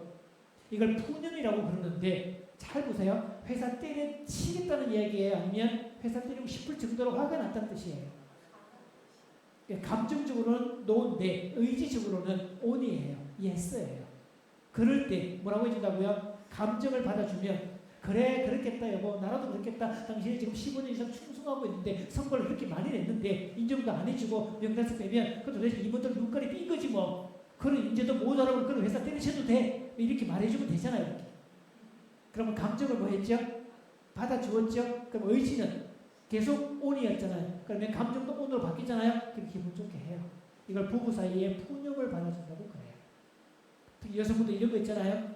쭉 예배 다 마치고 집에 갔는데 저녁 식사 준비를 하다가 갑자기 식사 저녁 준비 내가 해야 되냐? 저녁 준비 하겠다는 거예요? 안 하겠다는 거예요? 하겠다는 거예요. 그런데 지금 기분상 하기 싫다는 감정이에요. 그러니까 의지적으로는 yes인데 감정적으로는 no가 됐죠? 그러니까 보통 눈치가 없는 남자들은 그걸 불평으로 처리합니다. 그래서 남자가요, 그딴에서 진짜 그 회사 때려칠까봐. 그랬더니요, 이 아내가 이렇게 얘기합니다. 그럼 우리는 뭘 먹고 살아? 그럼 아내가 이제 가슴이 철렁 무너지는 거예요. 손한숨이 푹 쉬어지는 거예요. 그런데 뭐라고 해준다고 옆에서? 약간 오버해주기. 그래, 당신 같은 인재를 모르는 그런 회사 때려치도 괜찮아. 뭐 당신 15년 동안 했으니까 내가 당신 때려치면 내가 어떻게라도 먹기 살릴게. 걱정하지 마. 좀 쉬어. 쉬면서 찾아봐. 당신의 이 가치를 알아주는 그런 회사 찾을 수 있어. 그러니까 때려쳐, 이참에 때려쳐 그냥. 그렇게 말해주고. 그래도 여러분 바로 시행하지 않거든요. 근데 감정이 이만큼 올라와 있는데 아내가 그렇게 반응해 주잖아요. 하루만 지나면 감정이 어떻게 내려와요? 그러니까 그 다음날 뭐 회사 때리실 거야. 이 사람은 뭔 소리해. 이렇게 나와요. 근데 감정을 받아준다는 게 동의도 아니고 감정 자체를 받아주는 거, 그것도 맞지 않은 거예요. 그래서 아내가 이렇게 얘기하죠. 저녁 해야 돼. 진짜 갑자기 피곤한데. 그러면 의지는 on인데, yes인데 감정이 싫다는 거예요. 이렇게. 그럼 뭐 하면 돼요? 남편이 그래, 아이고 하루 종일 사역하고 밥하는 거 싫지. 우리나라 문화가 아직도 그냥 남성 문화권을 해가지고 주방은 여자가 해야 된다는 그런 게 있으니 여자들 얼마나 힘들겠어? 그죠? 그렇고 이렇게 얘기해 줍니다. 그런데 나는 월요일날 출근할 때 주일 저녁에 당신이 해주는 그 집밥 먹은 그 느낌이 일주일간 가는 거 있지. 그렇게 말해주면 아내가 뭐라고 얘기하죠? 알았어 해줄게 해주면 될 거 아니야 라고 하는데 이미 기분이 어때요? 기분이 100정도 나빴다가 확 줄어들었죠. 그리고 밥상에서 남편이 막 칭찬해주고 인정이 역시나 무슨 최고의 아무 일 없던 듯이 지나가요. 어떤 남자는요 그걸 가지고 때려치나 몇 번 했다고 그런 거예요. 성질나게 이러면서 했거든. 근데 푸념을 받아주는 거 얼마나 중요한지 몰라요. 제가 오늘 상담을 45살 돼서 결혼한 동갑내기 박사 의사 부부가 있었어요. 둘 다 늦깎이 유학 다녀오고 다 천연수공을 가다 보니까 어느 순간에 그냥 입지는 마련됐는데 자기 개인 병원도 가지고 있는데 아내는 페이닥터고 다른 병원에, 남자는 개인 병원을 가지고 있는 그런 쪽인데요. 결혼한 지 지금 며칠도 안 됐는데 여자가 도저히 이런 남자 못 산다 이래가지고 이제 상담을 온 케이스예요. 제가 얘기했습니다. 정리를 해주면서 푸념 받아주기. 푸념. 그러니까 금방 도표를 제가 만들어주면서 푸념이란 의지는 yes, 감정적으로 no라는 뜻이다. 이런 경우예요. 이 남자가 미국 유학까지 다녀온 치과 의사인데 유학파 남자인데 음식은 아직도 조선시대 남자예요. 그래서 양식도 별로 안 좋아하고 빵도 안 좋아하고 오로지 한식을 먹는 이런 스타일인데 그것도 아침 식사를 꼭 하고 나가야 돼. 그런데요 아침에 국물이 없으면 밥을 못 먹어. 자, 여성분들 어때요? 국물 요리 쉽던가 여러분? 쉽지 않지 국물 요리가. 그래가지고요 아내가 푸념을 합니다. 아유 세상에 아침마다 국물 요리 참 힘들다. 그럼 뭐 하면 돼요? 힘들지. 당연히 힘들지. 당신이 그동안 유학한다고 공부만 해보고 살아왔는데 주방일을 해본 적이 없는데 국물 내기 힘들지. 아니 베테랑들도 제일 힘들다는 게 국물 낸다는 건데, 그래서 국 중에 제일 힘든 게 콩나물국이라고 그러는데 가장 단순한 게 가장 어렵다고 그렇게 얘기하는데 오죽하겠어? 그렇지. 그럼 좀 좋아요. 그래도 여보 그게 소금물이 돼도 괜찮고 맹물이 돼도 괜찮은데 나는 지금 마누라가 해주는 아내가 해주는 밥 먹고 가는 게 그렇게 기분 좋게 행복하다. 그러죠. 아내가 뭐라고 하죠? 알았어 해줄게 이렇게 나올 거예요. 그래도 감정이 확 내려오죠. 이 남자가 똑똑하잖아요. 유학파잖아요. 의사잖아요. 아내가 국물 내기 힘들어 그랬더니 그래 그만둬 하지마. 그래가지고 그날부터 그 다음날부터 자기 병원 인경 2km 이내 범주에서 모든 해장국집을 섭렵하고 아침마다 거기 들러서 한 그릇 하고 병원으로 직행하는. 왜? 아내가 싫다고 했으니까. 또 직업이 의사니까 화이트 셔츠, 드레스 셔츠를 입잖아요. 와이트 셔츠를 입잖아요. 이렇게. 그래서 많이 다림질을 하는데 다림질하기 되게 복잡하다 어렵다. 그 얘기를 뭐라고 했을까요 여러분? 때려쳐 그만둬. 그래가지고요 백화점 가서 셔츠를 10장을 왕창 사가지고 그거를 집에서 하나씩 갈아입고 이제 매일 싸두었다가 주말 되면 집 앞에 세탁소에 맡기고 찾아오는 이거. 자, 그 남자는 그랬습니다. 푸념을 받아주는 거. 부부니까 푸념을 받아주고 부부 절친이니까 푸념 받아주지. 절친은 아까 맞장구 친다 그랬잖아요. 푸념을 뭐 해주죠? 받아주죠. 그 사람이 행복할 때는 언제냐? 푸념으로 받아주는 거. 목사님이 오늘 시골기 먹기 힘들다 그러면 그만두겠다는 거예요. 아니에요 여러분. 감정적으로 탈진되게 그럴 때 그렇지 당연하지 그럴 수도 있지 받아주면 그냥 다 충분해서 가는 거예요. 그런데 식구가 필요하고 에너지가 필요한 거지. 푸념을 받아주는 관계는 행복한 관계입니다. 자, 스스로에게 나는 오늘부터 배우자의 푸념을 받아주겠다. 부부끼리 있는 분들은 당신이 어떤 푸념을 하든 나 받아줄게 이 얘기해 줍니다. 그래서 절대로 하지 말아야 될 말이 있는데요. 주의해야 됩니다. 4가지 언어, 이혼으로 가는 4가지 독. 그래서 관계를 깨트리는 언어, 부부든 부모 자식이든 교우관계든 직장이든 누구라도 4가지 언어를 쓰면 관계 깨집니다. 자, 첫째 큰 제목 볼게요. 첫째 뭐? 두 번째, 세 번째, 네 번째. 자, 비난이 뭔지 보겠습니다. 여러분이 리얼하게 한번 읽어줍니다. 시작. 비난. 시작. 그럼 계속.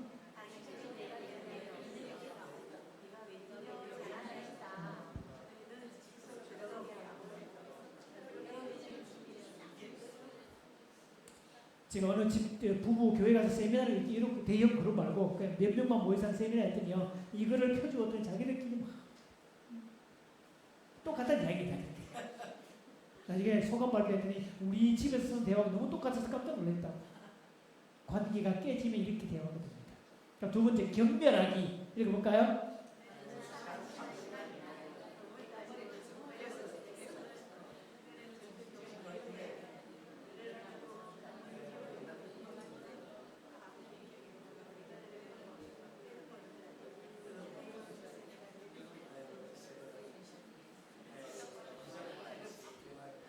남편 배 나왔다고. 세 번째 방어하기 있습니다.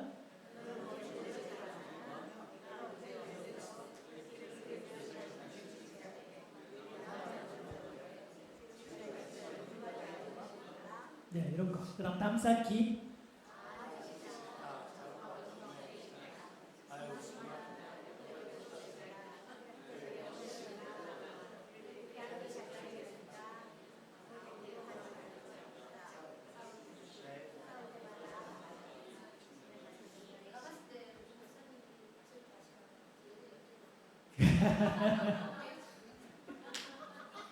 평소에 하기 때문에 그런 거다.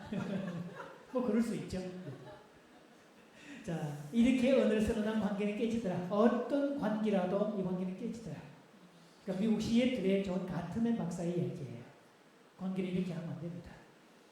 자, 그 다음 단계 그림자라고 하는데, 그림자 말 그대로 햇빛이 비치면 뒤에 뭐가 있죠?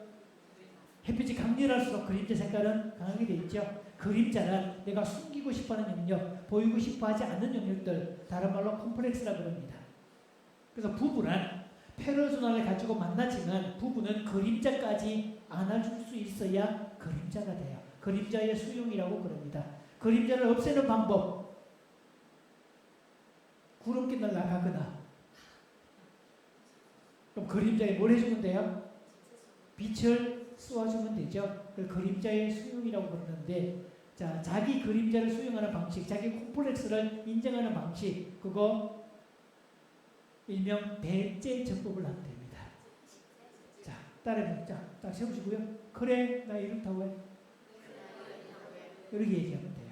만약에 제가 키 콤플렉스가 있다 그러면요, 사람들이 키 이야기할 때마다 스트레스 확 받아요. 강사님 키 170 되나요? 이런 얘기할 때마다 성질이 확 나면서 내 키 큰데 붙어주고 있냐? 이렇게 싸울 수가 있어요. 맞아요. 와, 이거 눈이 완전히 자네, 인간 자네. 어떻게 딱 보고 알아요? 와, 대단하다 진짜. 그래 얘기하면 돼요. 그래도 우리 집에서 사형주 중에 막내인데, 큰 아들부터 막내까지 올 때 그래도 개량이 조금씩 돼가지고 그나마 외성 쪽인데 이나마 큰 게 접니다. 그나마 낫습니다. 그리고 우리 아들 나올 때 중학교 2학년 제 키를 넘어선 거 보고 그래도 내 수준은 아니구나 기뻐했습니다. 이런 이야기. 상대방은 끄집어내려고 이렇게 상처 주려고 얘기한 건데, 받는 사람이 뭐하면 인정하면 문제가 되지 않아요. 맞아요. 그래요. 맞아요. 그 이야기. 그래서 저는 이 키가요, 상담할 때 얼마나 좋은지 몰라요. 네, 상담자인데 덩치가 있다 말하고 최홍만이처럼 이런 덩치인데 상담 오자마자 뭐하러 오셨어요? 이러면 막 무서워서 상담이 되겠냐고 이렇게. 어떤 여자분들은요, 제가 상담실에 딱 앉아서 이제 상처 대면하고 앉잖아 이렇게. 제가 이렇게 묻습니다. 제가 뭘 도와드릴까요? 이렇게 첫 질문을 해요. 그러면요, 어떤 여자분은 그 말에 눈물을 쏟는 사람들도 있어요. 왜? 자기 인생은 자기를 힘들게 하는 사람들만 주변에 있는데, 남편을 비롯해서 모든 인간이 다 자기를 힘들게 하는데, 세상에 어떤 사람이 자기를 향해서 다 자기를 바라봐주면서 뭘 도와드릴까요? 뭐 이 말만 들어도 가슴이 막 찡해지고 눈물 쏟아진다. 그런 사람 많아요. 그리고 저는 이 키 덕분에 군대 갔을 때 얼마나 부모님께 감사했는지 몰라요. 왜? 봉체주 할 때, 이거 할 때 얼마나 좋은지, 앞뒤로 큰 놈들이 다 있으니까 지네가 힘다 쓰지, 나는 힘쓸 필요가 없었고 인상만 잔뜩 쓰고 이렇게 얘기를 했지. 아담 사이즈인 게 적당히 괜찮지 뭐. 안 그래요? 그리고 내가 어떻게 할 거예요? 생김새는 내가 어떻게 할 수가 없는 부모가 물려주신 개념이지만, 그래도 표정은 내 몫이지. 그렇죠? 그래도 살면서 인상 나보다 소리는 별로 안 들어봤거든요. 맞죠? 인상은, 표정은 자기 몫이니까 그렇게 되죠. 그래서 그림자의 치유는 그렇게 됩니다. 저희는요, 결혼 4, 5년 차 때 그렇게, 저희 교회에서는 저희가 막 갈등하고 있는 거 몰랐어요, 여러분. 둘 다 내향성이라서 표현을 안 해. 근데 말을 안 하잖아요. 그러면 수동 공격성이 되어서 계속 흡집니다. 그러니까 당사자가 주관적으로 느끼는 문제의 크기는 암담함의 끝판왕이었고요. 도저히 못 살겠다. 그래서 저희가 이성적으로, 야, 이 문제 우리 얘기 좀 하자, 좀 풀어야 될 거 아니야? 아무리 얘기를 해도 안 풀리는 문제가 있었어요. 제 아내는 시간에 대한 강박이 무지하게 심했던, 제가 그때 가정사회 기관에 얘기할 때 전철을 타고 출근하고 퇴근을 하는데, 일반 기관이니까, 그러면 거기서 6시 땡 하고 퇴근하면 이래저래 7시 반 정도, 1시간 반 정도 시간을 둬야 되는데, 7시 반 되면 집에 도착하잖아요. 그 시간 맞추어서 음식을 준비를 할 텐데, 얘가 한 7시 50분, 8시 가까이 도착을 했다. 그럴 수 있잖아요. 전철이 늦게 연결되거나, 어떤 경우는 사무실 나오려고 딱 나오는데 갑자기 전화가 띠르륵 오면 그 전화 받고 출발을 하면 늦게 도착할 수밖에 없잖아요. 뭐 그런 날 나오려고 했는데 전화가 딱 오는 바람에 한 15분 통화하다가 정리하고 나왔다. 배는 어떨까요? 배는 더 고프지. 8시 가까이 집에 막 기진맥진해서 집에 들어왔는데 안에 인상이요, 벌써 차갑게 싹 변해져 있고 도끼가 다 올라와 있고, 아니가 웃지도 않고 분위기가 싸해져요. 그럼 들어가면 분위기 뭐지? 내가 뭘 잘못했지? 그러면서 여보, 나 나오다가 이랬다, 여차저차해서 그런 거다, 제발 좀 이런 거 이해 좀 해달라, 왜 성질을 내고 있냐? 아내도요, 자기도 그 말 듣고 나면 이러지 말아야지 수없이 결심하고 다짐하고 온갖 그 작업을 하잖아요. 그래도 안 돼요. 의지로. 컴플렉스는 그런 겁니다. 내가 이성적으로 아무리 안 그래야지 결심을 해도 상황이 딱 맞따라 떨어지면 반사적으로 이렇게 묶여가는 걸, 그걸 그림자라고 그래요. 그래서 부부가 얘기하면서 어린 시절 이야기를 쭉 나누고 그런 얘기를 합니다. 저희 아내는요, 아들만, 그러니까 6남매, 아들 하나에 딸 5명, 딸 부잣집의 셋째 딸입니다. 제가 물어보지도 않고 데려온 이유가 셋째 딸. 그래서 자기 어르신이요, 딸 중에 공부를 가장 잘했던 딸, 아빠의 기쁨조. 이 어르신의 기분 좋은 그날이, 옛날에 여러분 그 기말고사, 중간고사 말고 일제고사라는 개념이 있었죠. 한 달에 한 번씩 치는 거. 그 성적표가 나오면 이걸 집에 갖고 오면, 아이고 우리 딸 공부 잘하네, 기분이 한껏 좋아지는 거예요. 그러면 딸내미가 일제고사 치고 오는 날은 그 기분 좋은 아빠가 과일, 사과 같은 거 사오는, 이 종이 봉지에 사과 같은 거 사오는데, 옛날에는 그거 기억나죠? 인도 사과 색깔이 왜 배같이 생긴 거 있잖아요. 곰보처럼 돼 있는 거. 그런 사과를 사오는데, 다른 형제들이 제 아내 덕분에 그날 사과를 맛보는 행복한 날, 그런 날. 그럼 요새 시험 치고 온 날, 자, 성적 받아왔네요, 좋은 성적 받았네, 자랑할 수 있잖아요, 이렇게. 그럼 그날 밤 무슨 날이다? 아버지의 전리품을 볼 수 있는 날.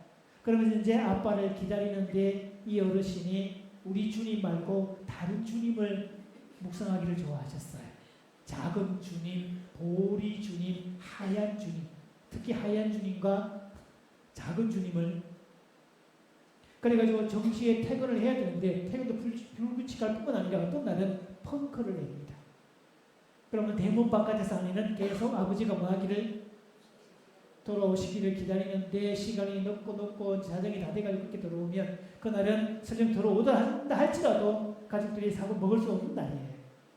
어떤 날 아예 펑크 나서 못 기다리고, 어리니까 또 일찍 자야 되잖아요. 기다리다가 지쳐서 방에 들어와서 혼자 잡니다. 그럴 때 그 아버지에 대한 실망감, 안타까움, 속상함, 그런 것들이 그래서 어릴 때 그렇게 형성된 아버지를 기다리다가 펑크난 그 부분이 이 사람한테 트라우마가 돼가지고 결혼을 했는데 남편이 올 시간이 됐는데 안 오네. 그러면 어린 시절에 그 소녀가 오버랩이 돼가지고 그때부터 마음이 불안해지고 우울해지고 침울해지고 그렇게 되는 거죠. 제가 아무리 의지를 동원해서 남편의 인상 환하게 기분 좋게 맞아줘야지 얼마나 힘들었을까 수고했는데 칭찬해주고 인정해주고 해줘야지 결심을 하고 다짐을 해도 딱 상황이 되면 시간이 15분 넘어서는 순간 이미 인상은 풀어지고 의지로 해도 안 되는, 그러니까 본인도 본인의 의지로 해결이 안 되는, 이게 컴플렉스예요. 얼마나 본인이 다짐했겠어요? 이러지 말아야지, 이러지 않아야 되는데, 그러면 안 되지. 그래도 상황 시간만 딱 지나면 안 돼. 이렇게 10분만 딱 지나면 인상이 확 풀어져요. 그럼 저는 영문도 모르고 집에 이제 막 텐션 나가면 아니가 인상을 확 쓰고 있고 집안 분위기 왜 이러냐 지금 막 그래 얘기하고 있고, 세상에 좀 남편이 일하고 들어오면 좀 따뜻하게 맞아주지 인상 쓰고 도대체 분위기 뭐냐 지금 막 그래가지고 또 화 나고, 또 남편이 화를 내면 아내가 그러니까 화를 낸다는 걸 이해하니까 또 뭐 얘기도 못하고, 내가 아무리 그래도 해결 안 되는 부분들. 그래가지고 요 이야기를 하면서 그래서 그랬구나가 되죠. 그래서 아내가 시간에 대해서 강박관념이 있었구나, 시간 늦을 때 불편해했구나, 내가 조금만 늦어도 아내가 힘들어했구나, 이거를 뭐 하게 되죠? 이해하게 되죠. 아까 이해하면 뭐가 생긴다고요? 공감이 된다고. 그래서 그 작업을 충분히 하면서 아내도 울고 같이 울어주면서 그렇게 그래서 그런 거였구나, 그걸 받아주고 이해를 해줍니다. 그 다음부터는요, 제가 해주는 작업이 15원 돈 쓰기. 10원, 15원. 왜? 문자 메시지 보내는 카톡 없을 때니까. 문자 메시지 보내는 비용이 10원, 15분. 그럼 이렇게 나옵니다. 자, 그때 2호선을 타고 4호선을 갈아타는 요 라인이 있는데, 그날 따라서 4호선이 한 10분이나 늦게 왔네요. 그럼 제가 거기서 정보를 줍니다. 오늘은 4호선 갈아타는데 10분 더 걸렸다. 그럼 보세요. 보통 때 같으면 7시 반에 도착을 하는데 10분 뒤에 4호선 갈아탔다 그러면 시간이 어디로 늘어나는 거죠? 7시 40분으로 늘어나죠. 그러면서 또 얘기를 오늘은 지금 퇴근하는데 전화 받느라고 오늘 지금 출발해. 그럼 출발 시간을 얘기해 주잖아요. 그럼 아내가 그 시간을 계산해서 그 남대로 가죠. 그 시간 범위 안에 있으면 어때요? 만약에 자, 사무실에서 6시 반에 나왔어요. 집에 몇 시에 온다는 얘기예요? 8시죠? 그런데 평소 같으면 8시가 되면 인상이 그랬을 건데 정보가 들어왔죠? 6시 반에 출발을 했대. 그럼 8시 온다는 걸 알고 있잖아요? 그럼 아내는 8시 10분이 돼도 인상 떨어지지 않아요. 그 중간에 무슨 일이 생기면 아니면 또 제가 오다가 과일 하나 산다든지 그럴 때 이럴 때 있잖아요. 그럼 잠시 뭐 사갖고 들어가 문자 하나 보내주는 거, 그 문자가 도착이 되면 안에 안심지수가 싹 올라가는 거예요. 그리고 남편이 판단하지 않고 그런 자신을 뭐 해주는 거, 받아주는 거, 인정해주는 거, 그림자의 빛을 비춰주는 것, 이것 덕분에 마음이 점점 더 평온해지고, 그리고 시간이 가면 갈수록 아내가 시간에 그렇게 자기도 마음이 덜 우울하고 나도 여유가 생기고, 그래서 나중에 세월이 지나면서 그 부분에 관한 한 이제 더 이상 상처가 아니게 되죠. 이걸 그림자의 수용이라고 부릅니다.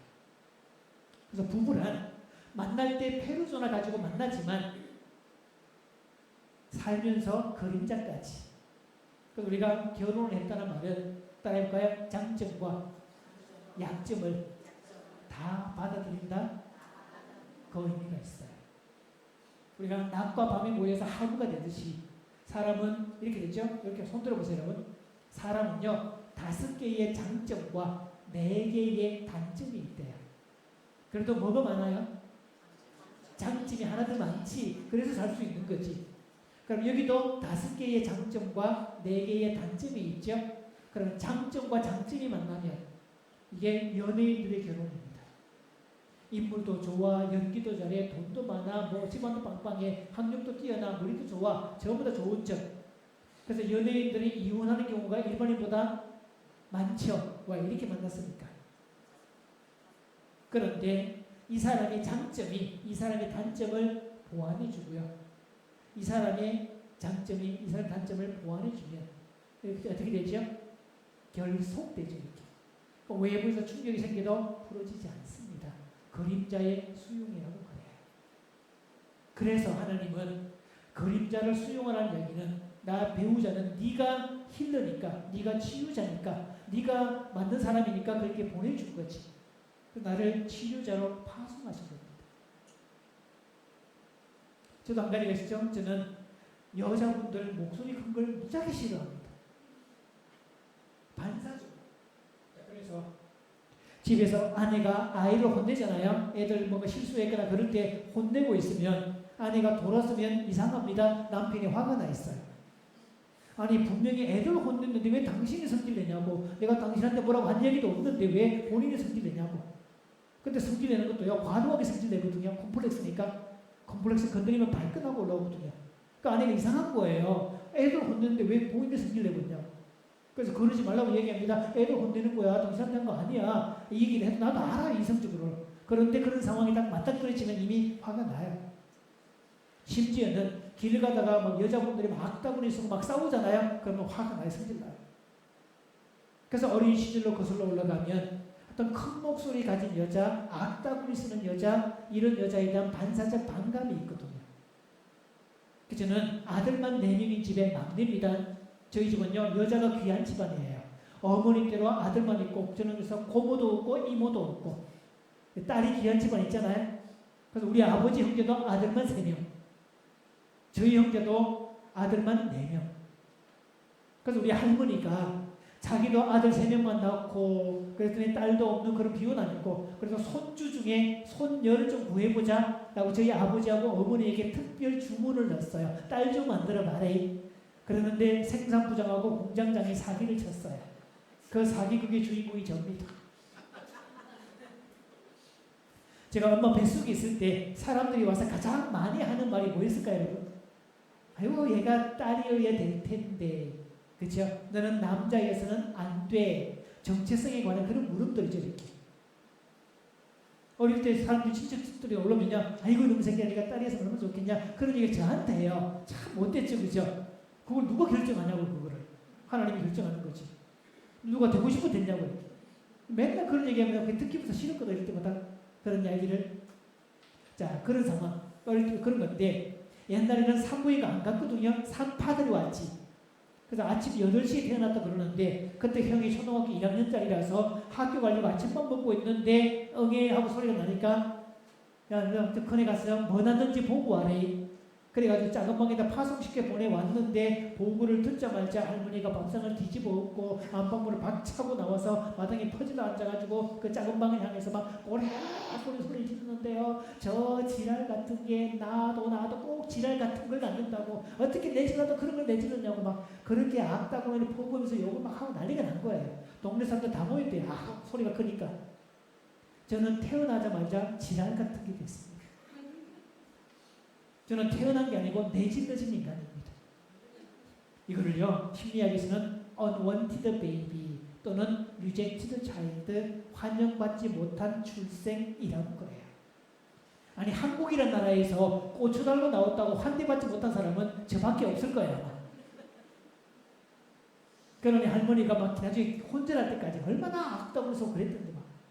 그래가지고요, 그래 고래고래 소리 실려대고 늘 그랬던 이야기가 있었고, 그 다음에 그래도 손주를 낳았으니까 사람이 도리가 있지, 몸조리도 하라고.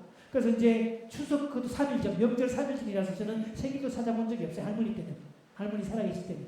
맨날 추석 3일 전에 묻혀가지고 추석에 묻혀서 그런 것도 있었지.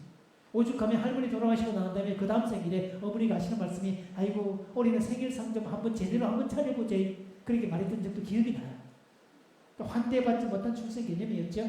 그리고요, 아기를 낳았으니까 어쨌든 산모를 봐야 되잖아요. 할머니가 일주일 동안 쳐다도 안 보다가 작은 방에 들어와가지고 뭐 예쁘다고 알을 여기다 놨냐, 아랫목에 눕혀놓은 거를 저를 번쩍 들어다가 이목에다 휙 던지듯이 두고 가버려요. 그리고 하는 말이 젖도 먹이지 말라고, 죽든지 말든지 냅두라고. 그렇게 악다구니를 보고 갔던 그런 케이스. 그게 저한테 이미지로 각인된 거죠. 저는 그래가지고요, 고등학교 1학년 때 독일의 여선생님이 진짜 예쁘고 막 그런 분이 있었는데 1학기 지나고 2학기 때 가버렸는데, 2학기 때 왈가닥 선생이 왔어요. 여자분인데 덩치가 이만해요. 머리가 제 머리 2배 크기는데, 머리는 사자머리를 하고 있고 목소리는 보통 여자 3배나 커요. 오죽하면 이쪽 교실 끝에서 소리를 꿰치려면 저 교실 끝에서 소리가 다 들려요. 입술은 3배나 두꺼워. 나는 그 독일어 수업 시간이요, 막 정말 막 지옥이었어요, 아주. 하여튼 그 첫 선생님은 예쁘고 나긋나긋하고 다 따뜻하고 친절하고, 그래서 제가 시험을 100점 다 받았거든요. 다 만점 중간고사 기말고사 2학번 오고 나는데 갑자기 60점 확 떨어지는 거죠. 왜? 선생님 마음에 안 드니까. 그 수업 시간 너무 싫은 거예요. 고음지르고. 저는 태어나서 보세요 여러분, 제가 세상에 태어나서 처음 들었던 소리는 나를 향해서 악다무니를 퍼붓는 할머니의 그 고함이었죠. 그 말의 뜻은 나는 너를 환영하지 않아, 이 뜻이죠. 저는 그래서 어릴 때 집안에서 조용하게 지냈고요. 살아남는 유일한 비법은 쥐 죽은 듯이 지내는 거. 그게 생존의 비법이었어요. 그 얘기를 하면서 난 어릴 때 일단 아내가 보니까 또 불쌍하잖아요. 그럼 같이 또 피차 부둥켜가 또 울었네, 또 그랬겠다 그런 얘기를. 그래서 내 콤플렉스는 큰 소리거든요. 근데 그 얘기를 충분히 듣고 난 다음에 어느 날 아내가 제 방에는 진공관 오디오가 있어요, 여러분. 이거 부부 치료 받으면서 어떤 분이 기증해 준 건데 갑자기 나를 안방에 내 방에다 들고 오더니 문을 딱 끌어잡고 나오지만 합수고 나오지만 그러더니요, 제 방에 오디오를 켜면서 볼륨을 막 키우는 거예요. 이렇게 음악 듣고 있으라고. 뭐 하겠다는 이야기 지금? 애들 혼내겠다는 이야기예요. 소리가 안 들리게 하겠다 이거죠. 그래서 아내가 그렇게 해놓고 가서 이제 모르죠. 저는 소리가 안 들리니까. 그런데요, 그게 너무 고마운 거예요. 왜? 내 콤플렉스가 그건데, 내가 싫어하는 게 그건데, 남편으로 하여금 내가 혼내는 소리가 들리지 않도록 그걸 막아주고 정리해주고 그런 작업들. 그런 시간이 조금 좀 지나면서 혼내도 괜찮고 그게 화도 들라고 얼른 제가 아내한테 그럽니다. 당신이 혼낼 상황인데 혼내지 말고 나한테 맡겨. 그러면 애비한테 맡기는 거야. 역할도 맡아주고. 그러면서 그런 부분에 대해서 받아주는 그림자의 수용이라고 그래요. 그래서 배우자는 상대방의 강점과 약점을 다 받아줄 수 있어야 행복하다는 걸 생각하셔야 됩니다. 그게 그림자의 수용이라고 그래요. 자, 시간이 이제 많이 가서 정리를 하려고 합니다. 나머지 뭐 다 해야 되는데 이제 이 찬양을 우리 같이 부르고 마칩시다. 오늘은 가사를 쭉 보시면요, 그대 마음속에 있었던 아픔들 이젠 주의 사랑을 뭐 하겠대요? 감싸주겠대요. 자, 처음 듣는 찬양일 수 있으니까 자, 보시면서 부부끼리 오신 분은 서로가 손을 꼭 잡아주셔도 괜찮아요.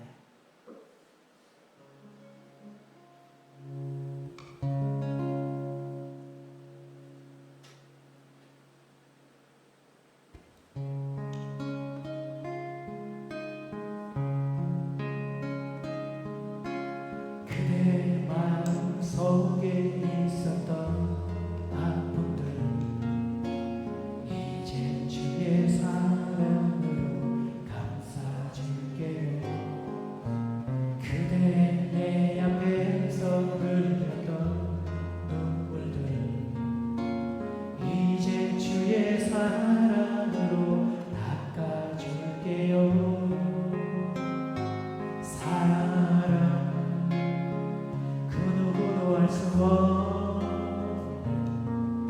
사랑 영원한 나의 내 사랑 아름다운 우리들 사랑 우린 하나 되어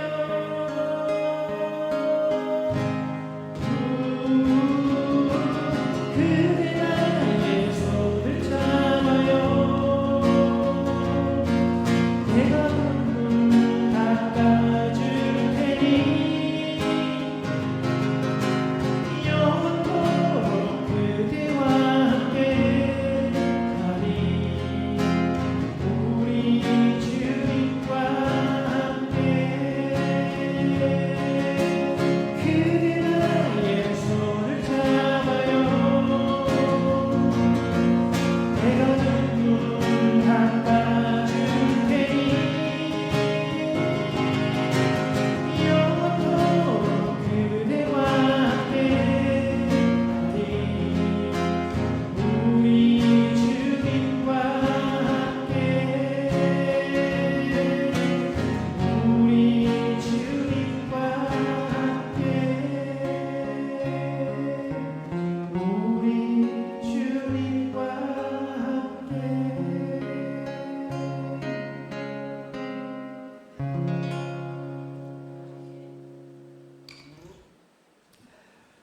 원래 준비한 분량은 더 1시간 더 해야 되지만 또 너무 그러면 또 반감 효과가 있을 것 같아서 오늘 여기까지 하고 계속 또 3일간 이어질 거잖아요. 내일 어렵지 않으니까 이 정도 개념이니까 오늘 처음 교회 왔다 할지라도 못 알아들을 얘기 없어요. 여러분. 부부에 관한 얘기니까 주님에 많이 초청도 하시고 팔을 비틀어서라도 모시고 오십시오. 강권한다는 말은 그런 말이니까. 그래서 억지로 왔지만 일단 오면 대박이 날 거예요. 그리고 내일부터는 제가 집회할 때 찬송가 3,950장 나올 겁니다. 네, 대중가에도 한다는 뜻이에요. 그래서 그분들 모시고 와도 어려운 게 없으니까 그렇게 봐주면 좋겠습니다. 자, 기도하겠습니다. 하나님, 우리가 오늘 속까지 알아야 된다는 얘기를 했습니다. 살면서 배우자의 장점을 보고 결혼했지만 살면서 부족한 부분 또 단점을 보고 실망하고 낙담했던 적도 있었습니다. 그러나 그 부분도 배우자의 영역임을 받아들이고 수용하겠습니다. 그래서 부부가 서로 또 행복의 길을 갈 수 있도록 하시고 서로의 약점도 받아줄 수 있게 하시고 서로의 그림자에 빛을 비춰줄 수 있는 그런 부부관계를 세워주옵소서. 바로 이 교회 모든 교우들 가정마다 건강하게 하시고 이 지역에서 가장 행복하고 가장 인고 부부 같고 가장 원만하고 가장 살만나는 가정이 이 교회에 출석하는 교인들이라는 소문이 이 지역에 많이 나게 도와주시고 그게 모델이 되어서 이 교회가 외적으로 성장하고 또 내적으로 성숙되는 귀한 복을 허락하여 주옵소서. 또 내일부터 계속 3일간 집회가 이어질 예정입니다. 때마다 많은 사람들 보내주시고 꼭 필요한 영혼들 보내주시고 이 말씀을 통해서 회복되고 치유되는 귀한 복을 허락하여 주시옵소서. 함께해 주시면 감사하고 예수님 이름으로 기도합니다.